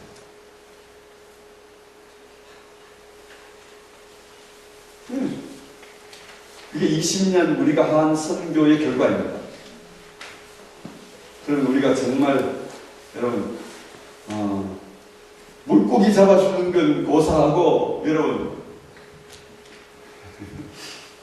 물고기 잡아먹고 살라고만 얘기해도 되는 거잖아요. 물고기 잡아먹고 살라고만 얘기해도 되는 건데 우리가 물고기 잡아먹을 수 있는 동네에서 그들이 물고기 잡아먹고 살던 사람들에게 우리가 피자 먹고 살도록 피자 만들어서 계속 먹이고 있는 거죠. 계속해서 피자를 공부해주고, 그래서 그들은 피자 외에는 어떤 양식도 없다고 생각하는 사람들로 만들어 우리가 피자를 끊으면 그들도 죽고 우리도 죽는 이런 정말 무슨 바보 같은 정말 어리석어도 정말 어리석어. 왜 그런데 말이죠. 우리는 한 번도 그렇게 선교를 받아보지 않았어요. 우리 한국. 우리는 처음 성경도 우리가 가서 번역했고요. 우리나라는 우리 예배당도 처음 우리가 만들었고요. 선교사가 들어오기 전에 우리 안에는 먼저 세례받은 사람들이 있었고요. 우리가 저 압록강 건너가서 저 만주에 가서 여러분 우리가 세례받고 왔으니까. 여러분 우리는 그렇게 선교를 받았던 나라가 우리는 다른 나라 선교를 이상하게 거꾸로 하거든요. 20년 지난 선교의 역사의 한국 속의 반추는 이와 같은 문제를 낳았습니다. 그런데 이제 우리가 더 이상 그들을 책임질 수 없는 상황을 보고 있습니다. 돈이 없는 거죠. 선교는 돈이 있는 나라가 돈 없는 나라에 하는 것이라는 이 구조는 너무 틀려도 틀린 선교입니다. 선교는 예수 믿는 사람들이 예수 믿지 않는 자들을 향하여 가는 이야기가 선교입니다. 이해되시나요? 예수 믿지 않는 자들이 예수 믿고 하나님을 알고 하나님을 예배하게 되어지는 일이 일어나도록 예수 믿는 자들 모두의 책임과 모두의 의무와 모두가 명령받은 일입니다. 우리 모두 한 사람도 예외가 없습니다. 이게 우리의 선교여야 합니다. 그런데 여러분, 우리가 해외로 가보십시오. 여러분, 우리의 선교 이야기 속에는 우리나라 인구의, 여러분, 지금 잘못하면 10분의 1로 줄어들 수 있습니다. 10%가 크리스찬이라고 하는 나라가 우리나라가 될 수 있다고요. 네. 지금은 뭐 그래도 한 15% 정도는 버티고 있는데요. 10% 정도 되는 15%가 크리스찬인 나라인 우리나라가 여러분 도리어 30%, 50%, 60%, 70% 된 나라를 향해 선교하고 있다. 이게 무슨 선교입니까? 그건 뭔가 잘못된 거죠. 그 30% 된 나라가 우리나라를 도리어 선교해야죠. 그 50%, 70% 된 나라가 도리어 우리나라를 선교해야 되는 거죠. 뭔가 선교사들이 잘못 가르친 거죠. 이해되시나요? 예수 믿는 자들의 선교 이야기가 아니고 돈 가진 자들의 선교 이야기로 선교 개념이 호도되어진 것이죠. 네. 굉장히 심각한 이야기입니다. 우리가 하고 난 다음에 결국 우리가 책임지지 못할 선교를 지금까지 해온 것입니다. 우리가 하면 할수록 이 문제에 우리가 스스로 자승자박입니다. 정말 이제 선교는 지혜롭게 해야 되고 전략적으로 해야 되고 하면 끝까지 가도록 만들어내는 이야기여야 진짜 선교가 되는 것이다. 그래야만 선교입니다. 그래야만 여러분 우리가 온 세상이 여러분 하나님을 예배하는 그 나라가 오는 일이 이루어질 수 있는 것입니다. 그래서 저는 오늘 여러분과 제가 좀 이 비즈니스 미션에 관한 이야기를 좀 제가 해보려고 합니다. 이 말이 여러분 뱀이죠. 뱀. BAM 영어로 뱀이라고 있습니다. 이거 뱀. 성경의 새로운 대안이기도 합니다. 그걸 BAM을 밤으로 읽어도 이 밤입니다. 마치 여러분 사탄의 그죠? 거주지 밤 같은 느낌. 이 단어가 좀 거시기하죠. 근데 이 밤을 생각하면 뭐 그렇게 어렵지 않을 것 같습니다. 알밤 정도 생각하고 밤 뭐 이렇게 생각하시면 좋을 것 같습니다. 그래서 뱀이라 생각한다면 뱀 잡는 사이가 이렇게 생각하면서 뱀이라고 읽으면 좋을 것 같아요. 밤을 밝히는 사이가 알밤 같은 것을 얻는 사이가 이렇게 생각해보시면 좋을 것 같습니다. 비즈니스라는 말을 좀 이해하는 것과 미션이라는 말을 이해하는 것과 그리고 이것을 묶는 에즈를 이해하는 것, 이게 바로 비즈니스 에즈 미션이라는 선교적 개념을 이해하는 것입니다. 왜 제가 이 얘기를 하냐면 이미 여러분 4년 전 우리 한국의 선교의 방향성은 이 방향이어야 한다라고 하는 것을 KWMA가 여러분 우리 한국 세계선교협의회가 주관하는 세계선교전략회의라고 하는 2년마다 한 번씩 하는 전략회의, 올해가 작년에 6회를 했습니다. 그래서 지금부터 5년 전에 4회 대회 때에 선교전략대회 때에 우리 한국 선교 리더십들이 모여서 채택을 했습니다. 우리가 해야 되는 선교는 이 방향으로 가야 합니다. 우리 한국 선교는 이렇게 정리한 내용입니다. 그런데도 이 내용이 사실 우리 한국 교회 안으로 들어오지 않는 것은 너무너무 아쉬웁니다. 그래서 제가 이 얘기를 오늘 여러분과 좀 나누려고 한 것입니다. 세계화 되어졌다는 이야기입니다. 여러분 글로벌라이제이션 세계화입니다. 여러분 이 세계화는 우리를 하나로 만들었는데요. 여러분 문화가 하나가 되었다는 말은 굉장히 중요한 개념입니다. 왜냐하면 선교라는 말은 그동안 우리가 크로스 컬처라고 썼습니다. 다시는 다른 문화로 건너간다. 이게 선교 개념이었어요. 크로스 컬처. 여러분 그런데 이제는 크로스할 문화가 없어진 시대가 오고 있다. 왔다 하는 것입니다. 다른 문화가 없다는 거죠. 왜냐하면 이미 우리가 다 문화가 되고 다 문화가 되어지는 상황을 우리가 만나고 있기 때문에 건너갈 문화가 없다는 겁니다. 여러분 문화의 가장 중요한 키워드는 세 가지인데요. 의식, 주의. 자 그런데 한번 보십시오. 제가 양복을 입고 있습니다. 양식을 먹습니다. 양옥에 삽니다. 여러분 이렇게 산 지가 100년이 다 돼가요. 이해되시나요? 네. 이렇게 우리나라도 살기 시작한 지가 100년이 되어가고 있는 상황이 말이에요. 여러분, 우리가 지금 적어도 5, 60년 전에 이미 이런 문화 안으로 진입해 들어왔고 70년대 넘어서면서부터 이 문화가 우리들의 문화가 되어져 갔고요. 여러분, 최근 들어 점점 더 세계화의 추세 가운데 우리는 음식마저도 완벽하게 서양 음식이 되어져 가고 있습니다. 한번 보십시오. 1800년도에 세계였고요. 무슨 통계였을까요? 1950년대에 70대였습니다. 네. 2011년 60년 만에 700개가 늘어났어요. 뭘까요? 네, 메가시티의 등장입니다. 인구 100만이 넘는 도시의 등장. 60년 만에 700개가 더 늘어난다. 인구가 그렇게 늘어난 게 아닙니다. 도시가 많이 늘어났다는 것입니다. 100만이 넘는 도시가 770개인데 이게 2011년 통계인데요. 지금 벌써 4년이 지났으니까 거의 지금은 800개 이상 된다고 볼 수 있겠죠? 내셔널 지오그래피 통계.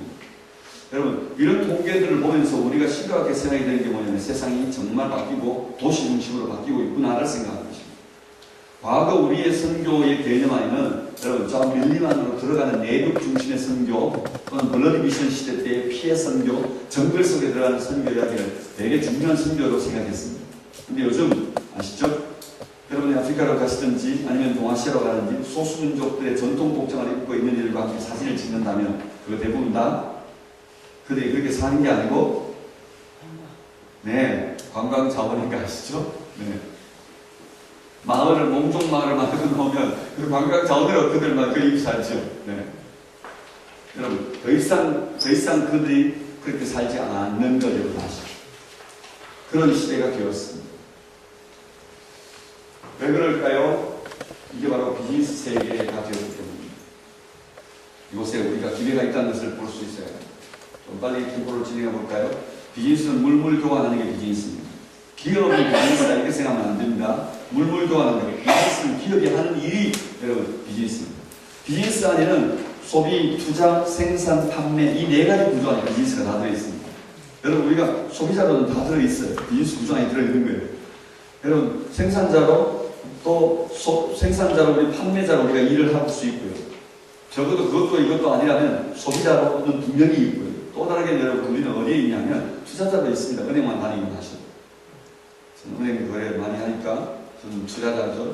네 맞습니다. 여러분 우리 모두가 여러분 비즈니스 구조 안에서 살아가는 사람들입니다. 우리의 삶이 이제는 요감에서 무덤까지 다 비즈니스화 됐어요. 적어도 애 낳으면 집에서 발바지 잠깐 했습니다. 그런데 여러분 아시죠? 요즘은 다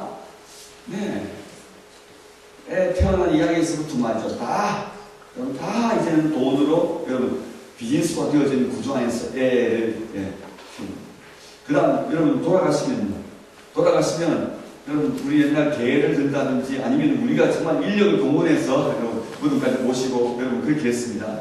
여러분 그런데 그 일은 이제 사라졌죠. 상조회가 죽음까지 이제 비즈니스 구조화 됐습니다.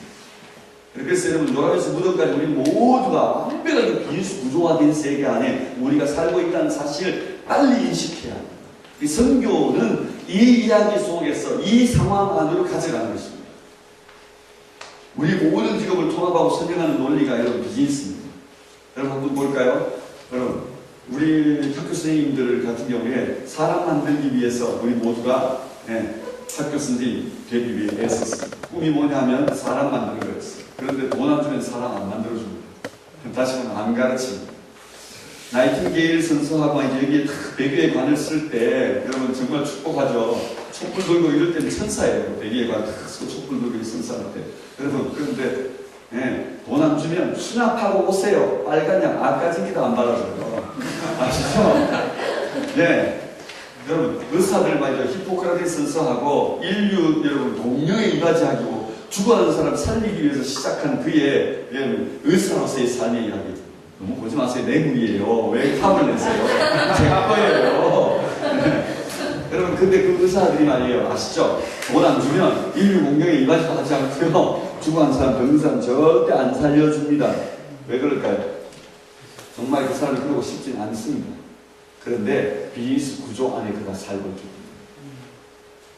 세상이 다 비즈니스 구조 안에 들어와 있습니다. 모든 직업은 다 구조 안에 들어요. 옛날에 병원은 의사가 혼자 개업하는 거였는데 요즘 병원은 의사 혼자 개업 못하는 거 아시죠?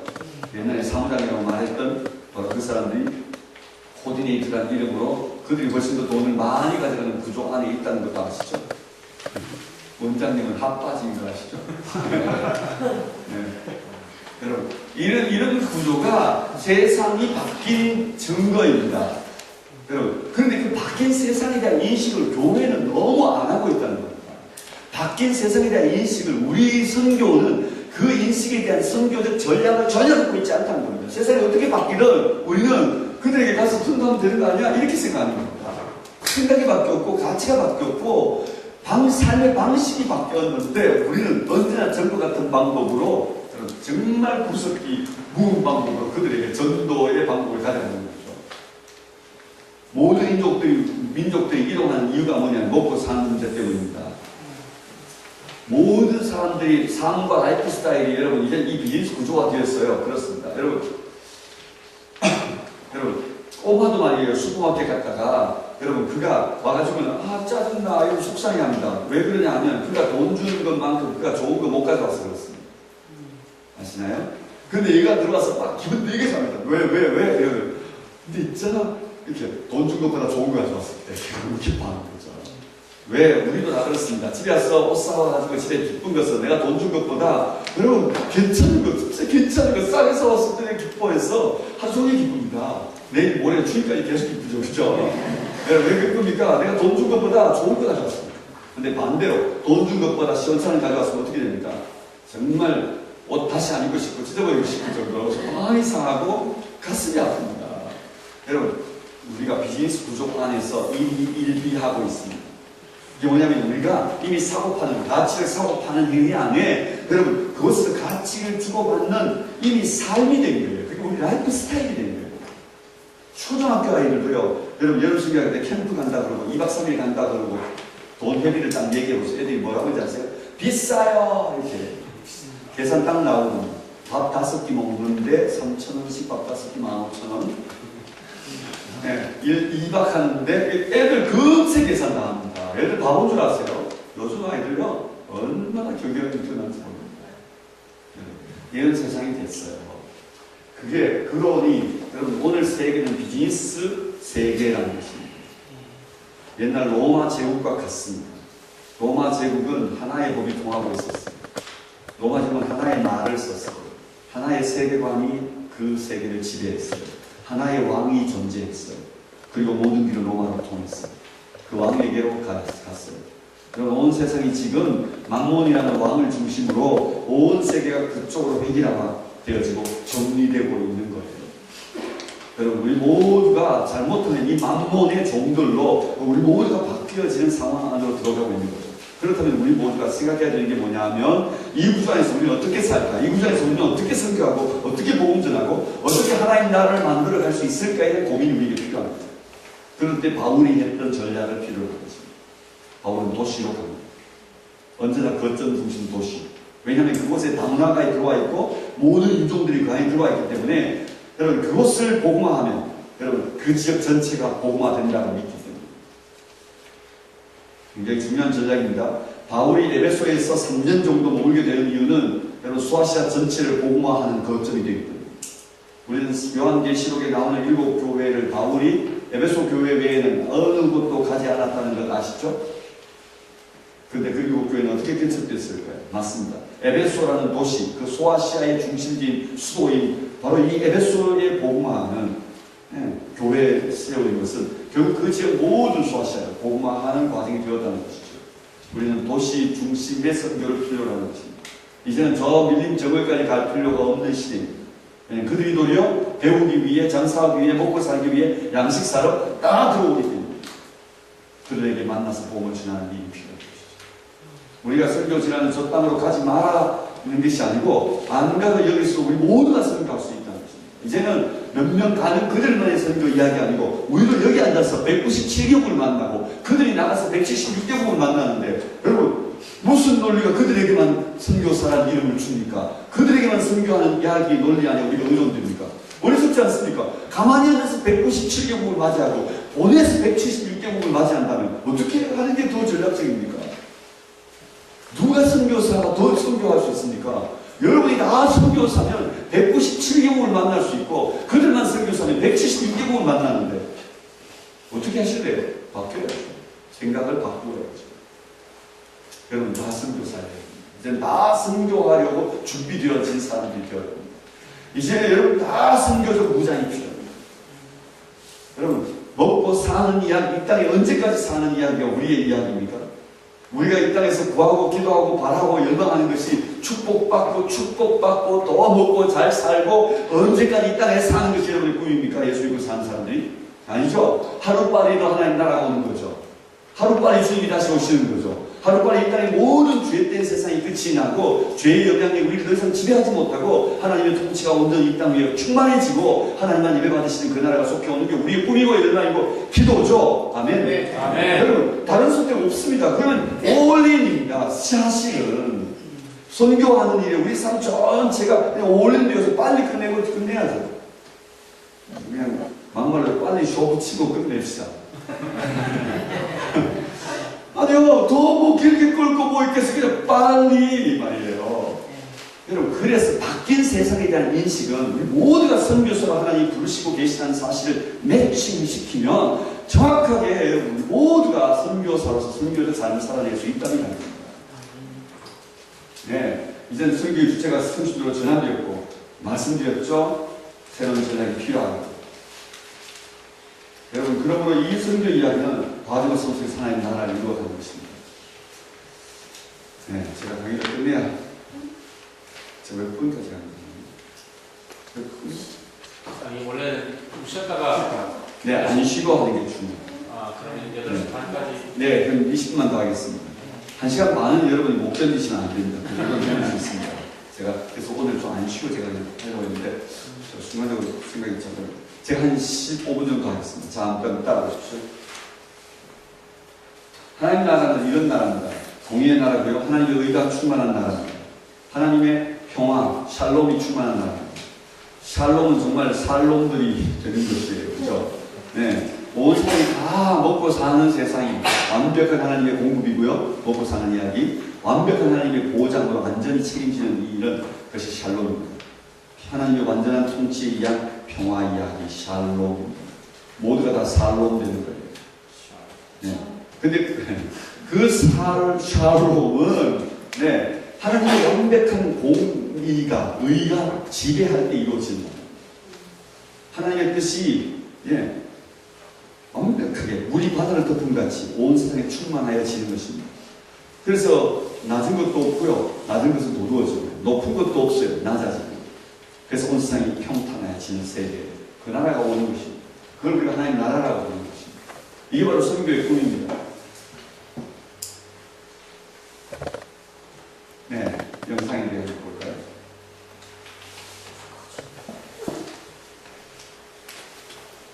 네, 음성이 좀 나올 수 있나요?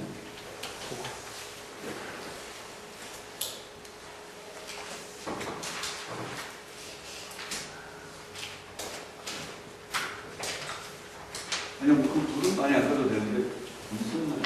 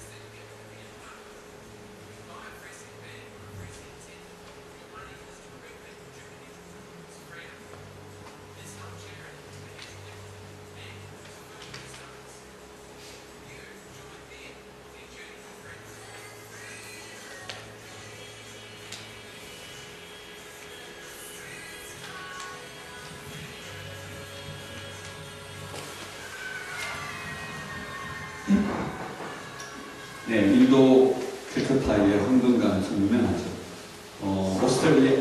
뉴질랜드의 한 청년인 캐리 힐튼이라는 청년인데요. 제가 2년 전에 만난 청년입니다. 나이가 이제 많이 들었죠. 이 형제가 청년 때에 이 캘커타 여행을 간 거예요. 여행을 갔는데 그 밤에 남대자가 야, 홍두까지 나가보지 않을래? 그러니까 구경사나 한 청년이 나가는 거예요. 근데 자기가 살고 있는 뉴질랜드가 너무나는 환경을 보죠. 왜냐하면 이쁜 여자들 정도 있을 거다. 이런 청년의 기대와는 달리 그곳에 한 어린아이들이 나왔고 또 나이든 할머니들이 나와 있는 모습을 본 거죠. 너무 충격적입니다. 특히 아이들을 보면 너무 충격적이어서 아니 부모들은 뭐 하는데 아이들 저기 나와 있냐고 그랬더니 부모들이 저 아이들을 내보내가지고 내일 하루에 띠리들 저 아이들 보이고 있다는 거예요.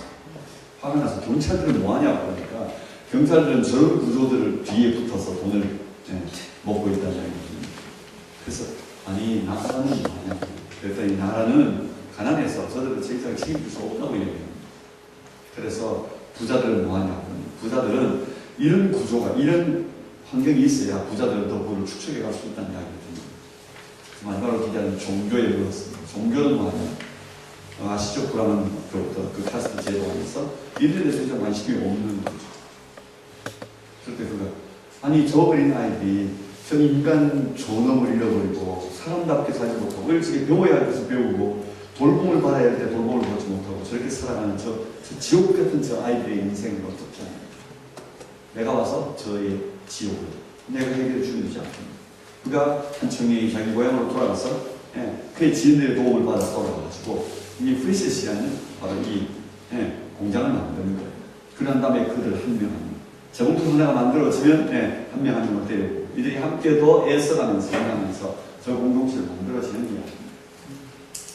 그 이야기를 통해서 나타나는 변화는 첫 번째는 경제적 변화였습니다.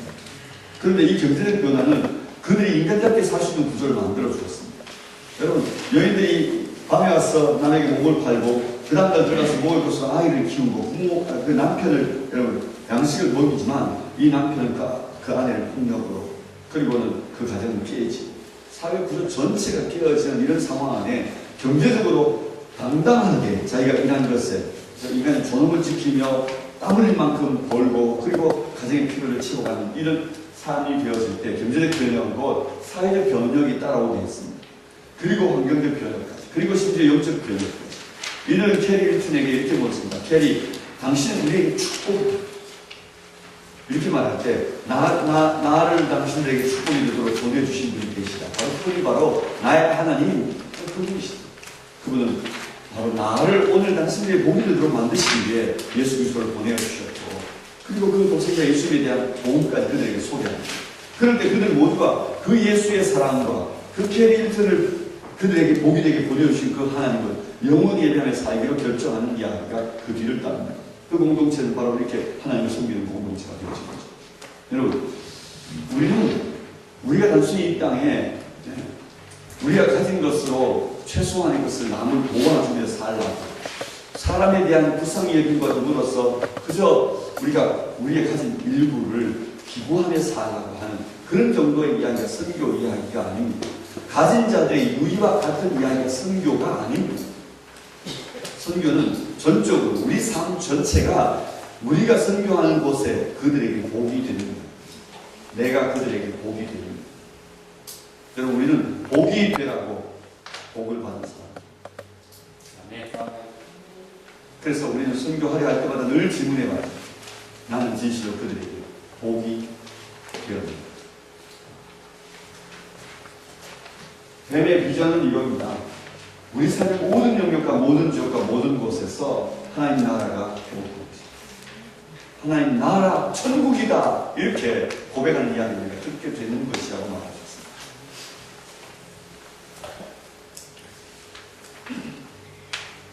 이런 이야기는 여러분 이미 선교 현장에서 선교적 한계들에 묶인 선교사들로부터 이런 이야기가 시작되고 선교의 새로운 패러다임의 전환들이 이미 이루어졌습니다. 현장에 다양한 동기들이 이걸 만들어가요. 2002년부터 2004년까지 선교사들이 끊임없이 함께 모여서 만들어갈 때 로잔이라고 하는 세계 복음주의 연맹에서 이 70인 세계 선교의 리더들이 모여서 이 이야기를 정리했습니다. 그러다 보니 그때부터 비즈니스 에드 미션으로서 우리의 삶의 이야기를 여러분 용어로 쓰기 시작했습니다. 그리고 그 다음에 이것을 제대로 풀어내기 위해서는 한 기업이 한 지역에 들어갈 때 총체적 그들의 삶의 전체가 선교가 되는 이야기가 가능할 수 있다고 생각했습니다. 그래서 이 기업을 만들어가는 일을 중요하게 생각했고요. 그래서 하나님 나라를 만들어가는 또 그 모든 비즈니스의 소유를 하나님께 돌리는 그런 기업들이 들어간다면 하나님 나라를 그 땅에 실현시킬 수 있을 것이라고 생각하는 가치였습니다. 그리고 비즈니스 에드 미션은 이런 기업들이 좀 더 하나님 복음이 필요한 민족에게로 복음이 필요한 영역으로 들어가는 이런 선교적 의도를 가진 이런 기업이 되면 참 좋겠다. 이것이 바로 비즈니스 에드 미션이라는 선교적 전략이었습니다. 이것은 세 가지 기업의 균형을 필요로 했는데 하나는 유지 가능성입니다. 말한 것처럼 재정적 유지와 확장, 다시 말하면 수입을 창출하는 진짜 비즈니스를 해야 된다는 거죠. 네, 돈이 돼야죠. 그리고 그 기업이 지속되어야만 지속되어지는 그만큼 하나님 나라의 영향력도 복음도 지속되어질 수 있으니까요. 그래서 지속 가능한 일이 되게 중요했습니다. 그 일에는 바로 리더 한 사람이 참 중요하다는 것이죠. 그리고는 그 기업은 지속 가능한 구조 안에서 돈만 벌고 있는 게 아니고 자신이 돈을 버는 것에 그치지 않고 그들에게 기업이 일자리를 주고 그들을 함께 살게 하는 그 안에 바로 이 선한 영향력이 나타나야 된다는 거예요. 하나님 나라를 만들어낼 수 있어야 된다는 거죠. 그리고는 좀 더 선교적 의도를 가지고 하나님 나라 복음의 영향력을 가지고 그 땅으로 들어가는 것이 필요하다는 거죠. 유지 가능성, 선한 영향력, 나중에 진화 이런 세 가지 틀을 가지고 있어야 된다. 여러분 강의안에 있습니다. 그리고 난 다음에 10년이 지나고 재작년에 여러분 세계 보험주의 협의회가 다시 모여서 2012년 13년 온라인에서 미팅하고 4월에 모였어요. 저도 저때 우리 한국 대표 참여를 했었는데요. 그때 이 리더들이 모였던 이 그룹에서 또는 글로벌 콩그레스에서 550명이 모였던 이 모임에서 전 세계에 10년 동안 얼마나 많은 선교적 케이스들이 이 비즈니스 에드 미션이라는 선교 전략을 통하여 이루어진 선교 케이스들이 등장했는지 저는 깜짝 놀랐습니다. 재작년에 저는 그곳에 갈 때 우리 한국은 너무 이 위에 세속, 다시 말하면 성속 유언론의 부분 안에 여러분 우리 일터와서 이루어진 것은 세속적인 것이고 그건 부업과 같은 것이고 여러분 주업은 우리 교회 안에서 이루어진 이 일, 선교하는 일이라고 생각하면서 선교와 우리 삶을 분리해 놓았던 신앙과 생활을 분리해 놓았던 이 이야기가 우리 선교의 이야기였기 때문에 복음전도와 영혼구원 이야기와 그리고 우리가 저 세속 사회 안에서 우리가 우리 삶의 영역에서 하나님의 영광과 복음을 드러내며 살아가는 우리 삶의 이야기가 완벽하게 분리되어 있었어요. 교회와 관련된 거룩한 우리의 일터와 삶과 관련된 세속된 일. 이 구분이 우리 교회 안에 깊이 뿌리를 내리고 있었기 때문에 사실은 이런 이야기가 우리 한국 선교교회에 자리를 잡지 못했던 것입니다. 그런데 10년이 이 전략이 나오면서 10년이 되었던 재작년에 2013년에 제가 태국에 가서 너무 놀랐던 것은 어마어마한 전 세계의 운동들이 일어나고 있는 새로운 선교의 전환을 보았습니다. 그리고 우리 한국으로 돌아왔을 때 너무너무 답답했습니다. 그러나 이미 한국 안에서는 이런 운동들이 계속 진행되어 오다가 사실은 하나님의 놀라운 기름부음인 것 같습니다. 재작년부터 이 모임들은 놀랍게 일이 일어나기 시작했는데요. 왜냐하면 이런 생각의 전환 때문이었습니다. 여러분 보십시오. 비즈니스는 이제 기업이 하는 일이 아닙니다. 이제 우리 모든 사람들이 살아가는 삶의 현장이라는 거죠.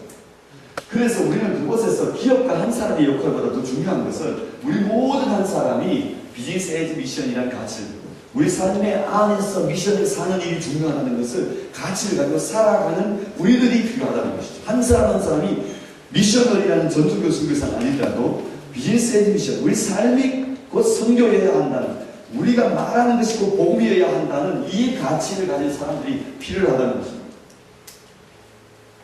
그리고 그곳에서 비즈니스 세계에서 그 삶을 사는 제자리일 때 세상은 바뀌어질 수 있다는 겁니다. 여러분 아까 제가 말했던 소비, 생산, 투자, 여러분 판매 이 구조 잘 생각해 보십시오.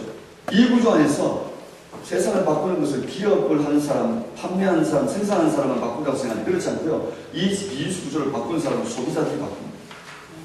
다시 말하면 아무 일도 하지 않는 무력한 우리들이, 주부들이, 소비자들이 정직한 소비, 바른 소비, 여러분 소비 원칙만 정확하게 가져가도 기업이 장난질을 못 치게 됩니다.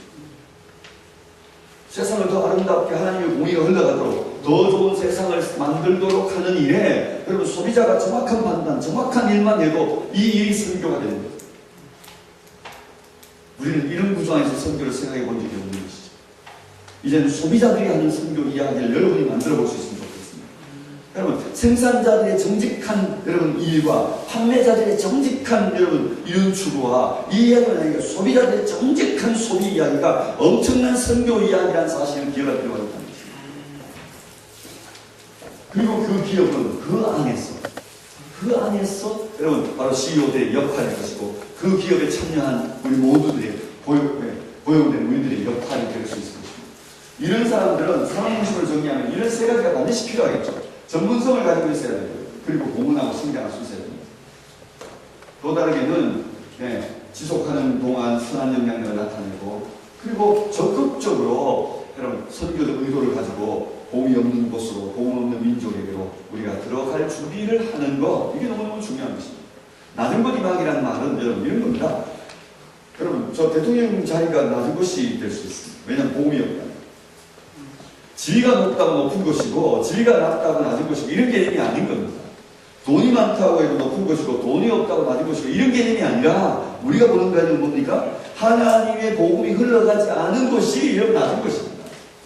하나님의 복음을 가진 우리들이 높은 곳에 있고 교회가 하나님의 복음을 충만히 누리고 있는 우리가 높은 곳에 있고 하나님의 복음과 하나님의 의가 하나님의 은혜가 임하지 않는 곳이 낮은 곳이에요. 그래서 우리는 적극적으로 우리 삶을 그 낮은 곳으로 가려고 하는 태도가 필요한 거죠. 이걸 이렇게 표현할까요? 적극적 하향성의 삶. 이게 선교이다.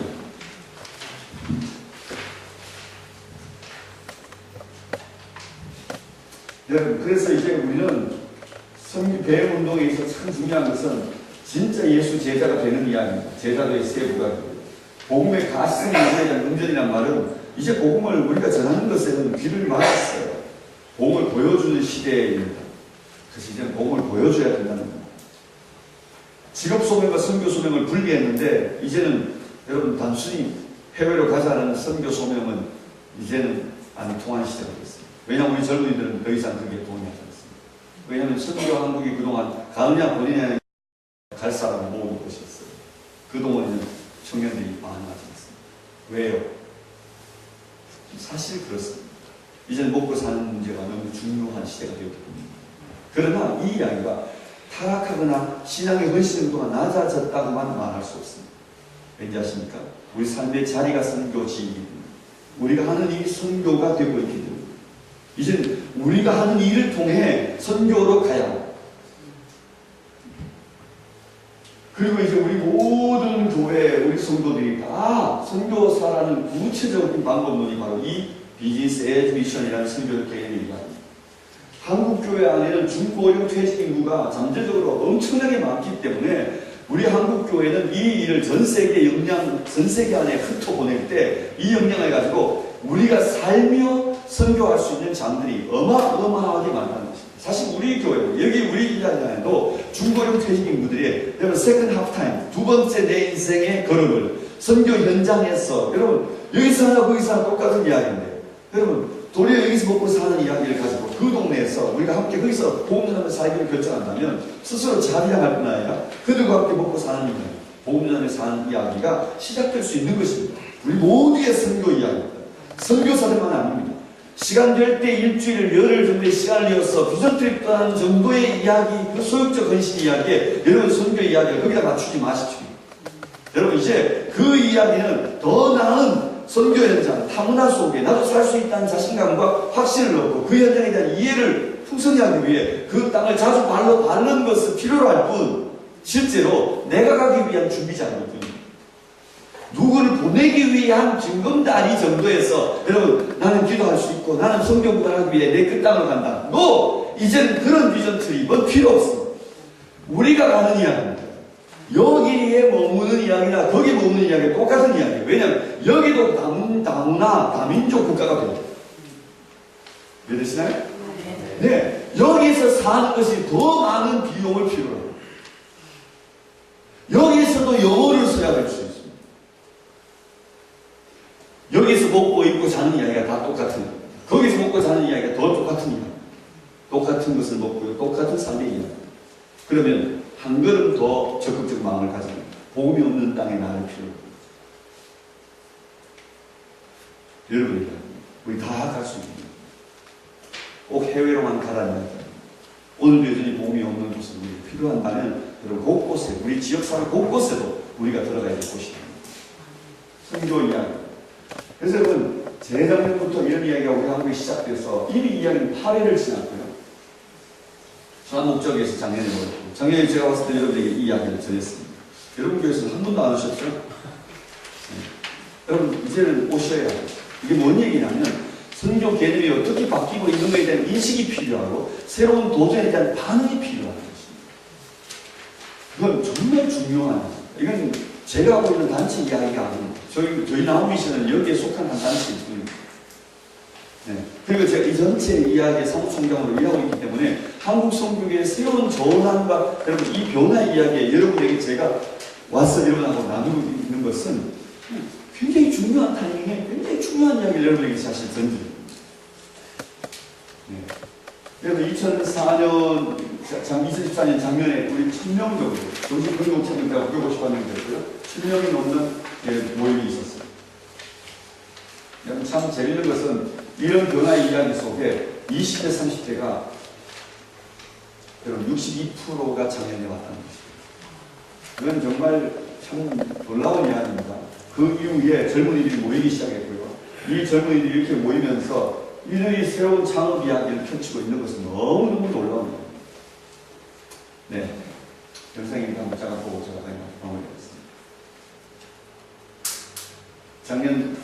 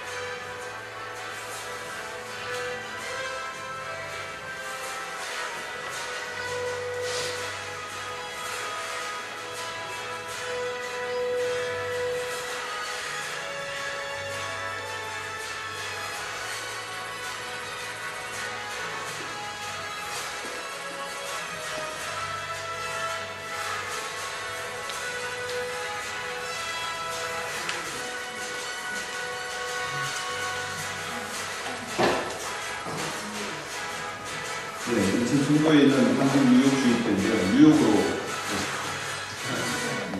우리나라에서 한 8천억을 투자해서 어마어마한 사실 캠퍼스를 지어놨습니다.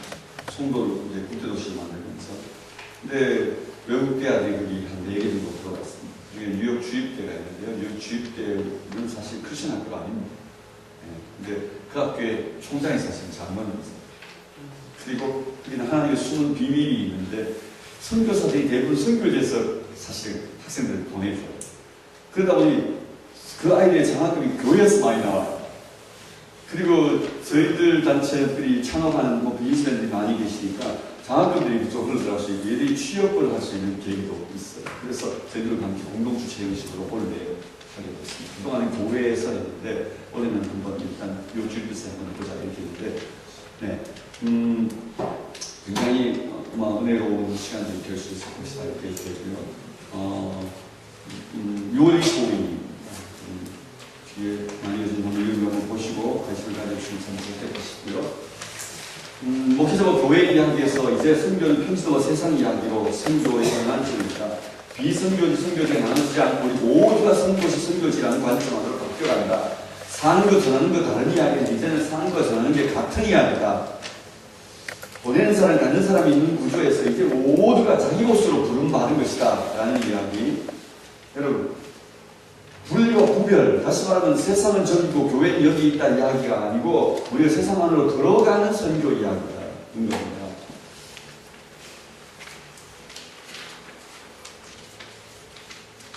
상위적 접근주의가 불려지는 지역이 지리적, 종족적으로 구분했는데 여러분 요즘 선교의 개념은 문화적, 사회적으로 구분합니다. 예수 믿지 않는 영역, 다시 말하면 1%, 2%밖에 안 되는 영역들이 있어요. 조학가들의 영역은요, 영적 1%가 크리스천입니다. 우리 한국 안에 조학가들 영역. 그리고 미전적 속이 어디 있나요? 그거예요. 화가들 영역은 10%가 안 돼요. 성악가들 영역은 80%가 넘습니다. 크리스천입니다. 이해되시나요? 여러분, 그러면 우리들이 문화적으로, 사회적으로 봐야 됩니다. 선교는 지금 우리가 그동안 수평적 영역으로 봤는데요. 그게 뭐냐면, 여기서 땅끝이라는, 우리 동시대의 땅끝을 생각하는 선교였습니다. 여러분, 그런데, 아차 하면, 지금 90%까지 확장하더라고요. 다음 세대, 내 자녀들 세대를 놓치면, 다시 10%, 20%로 떨어집니다. 선교가. 그래서 선교는 수평적 차원에서만 이해됐던 우리의 지난 넌센스였다. 이게 선교의 반충입니다. 우리 한국교회를 보면서. 우리는 수직 선교가 필요합니다. 이게 뭐냐면 다음 세대, 우리 다음 세대, 우리 아이들도 선교지. 이게 바로 지리적, 종족적, 선교적 개념에서 문화적, 사회적 개념의 전환입니다. 그래서 다 우리가 선교사랍니다. 이 개념을 놓치면 몇 사람의 이야기로는 또 실패합니다. 지난 20년 한국 선교의 실패입니다. 성공은 하나님의 긍휼과 축복이었습니다. 뭔가 얻은 게 있다면 그래도 불쌍히 여기신 하나님의 축복이었습니다. 전략적으로는 넌센스가 너무 많았습니다. 이제는 다른 이야기. 지금까지 맞았다 합시다. 지금부터는 다른 이야기. 이게 선교이다. 모두의 선교이다. 그래서 여러분 14시초만 있는 게 아니고 여러분 아침 8시에 출근해서 저녁 6시에 퇴근하는 8-6 운동으로 여러분 일터도 선교지다 이야기. 교회는 못 들어가는데 일로는 들어갈 수 있습니다.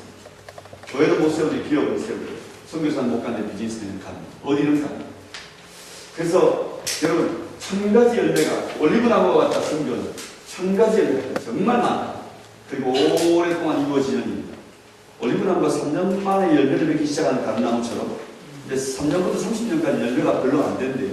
30년 지나면서부터는 2000년까지 진짜 비교할 수 있는 지난 30년간 비교할 수 있는 열매를 맺는 오늘 우리가 삼성에서 선교하자는 이야기는 당장 열매가 잘 있습니다. 그러나 롱텀에서 보면 어마어마한 하나님의 열매를 기대할 수 있는 이야기입니다.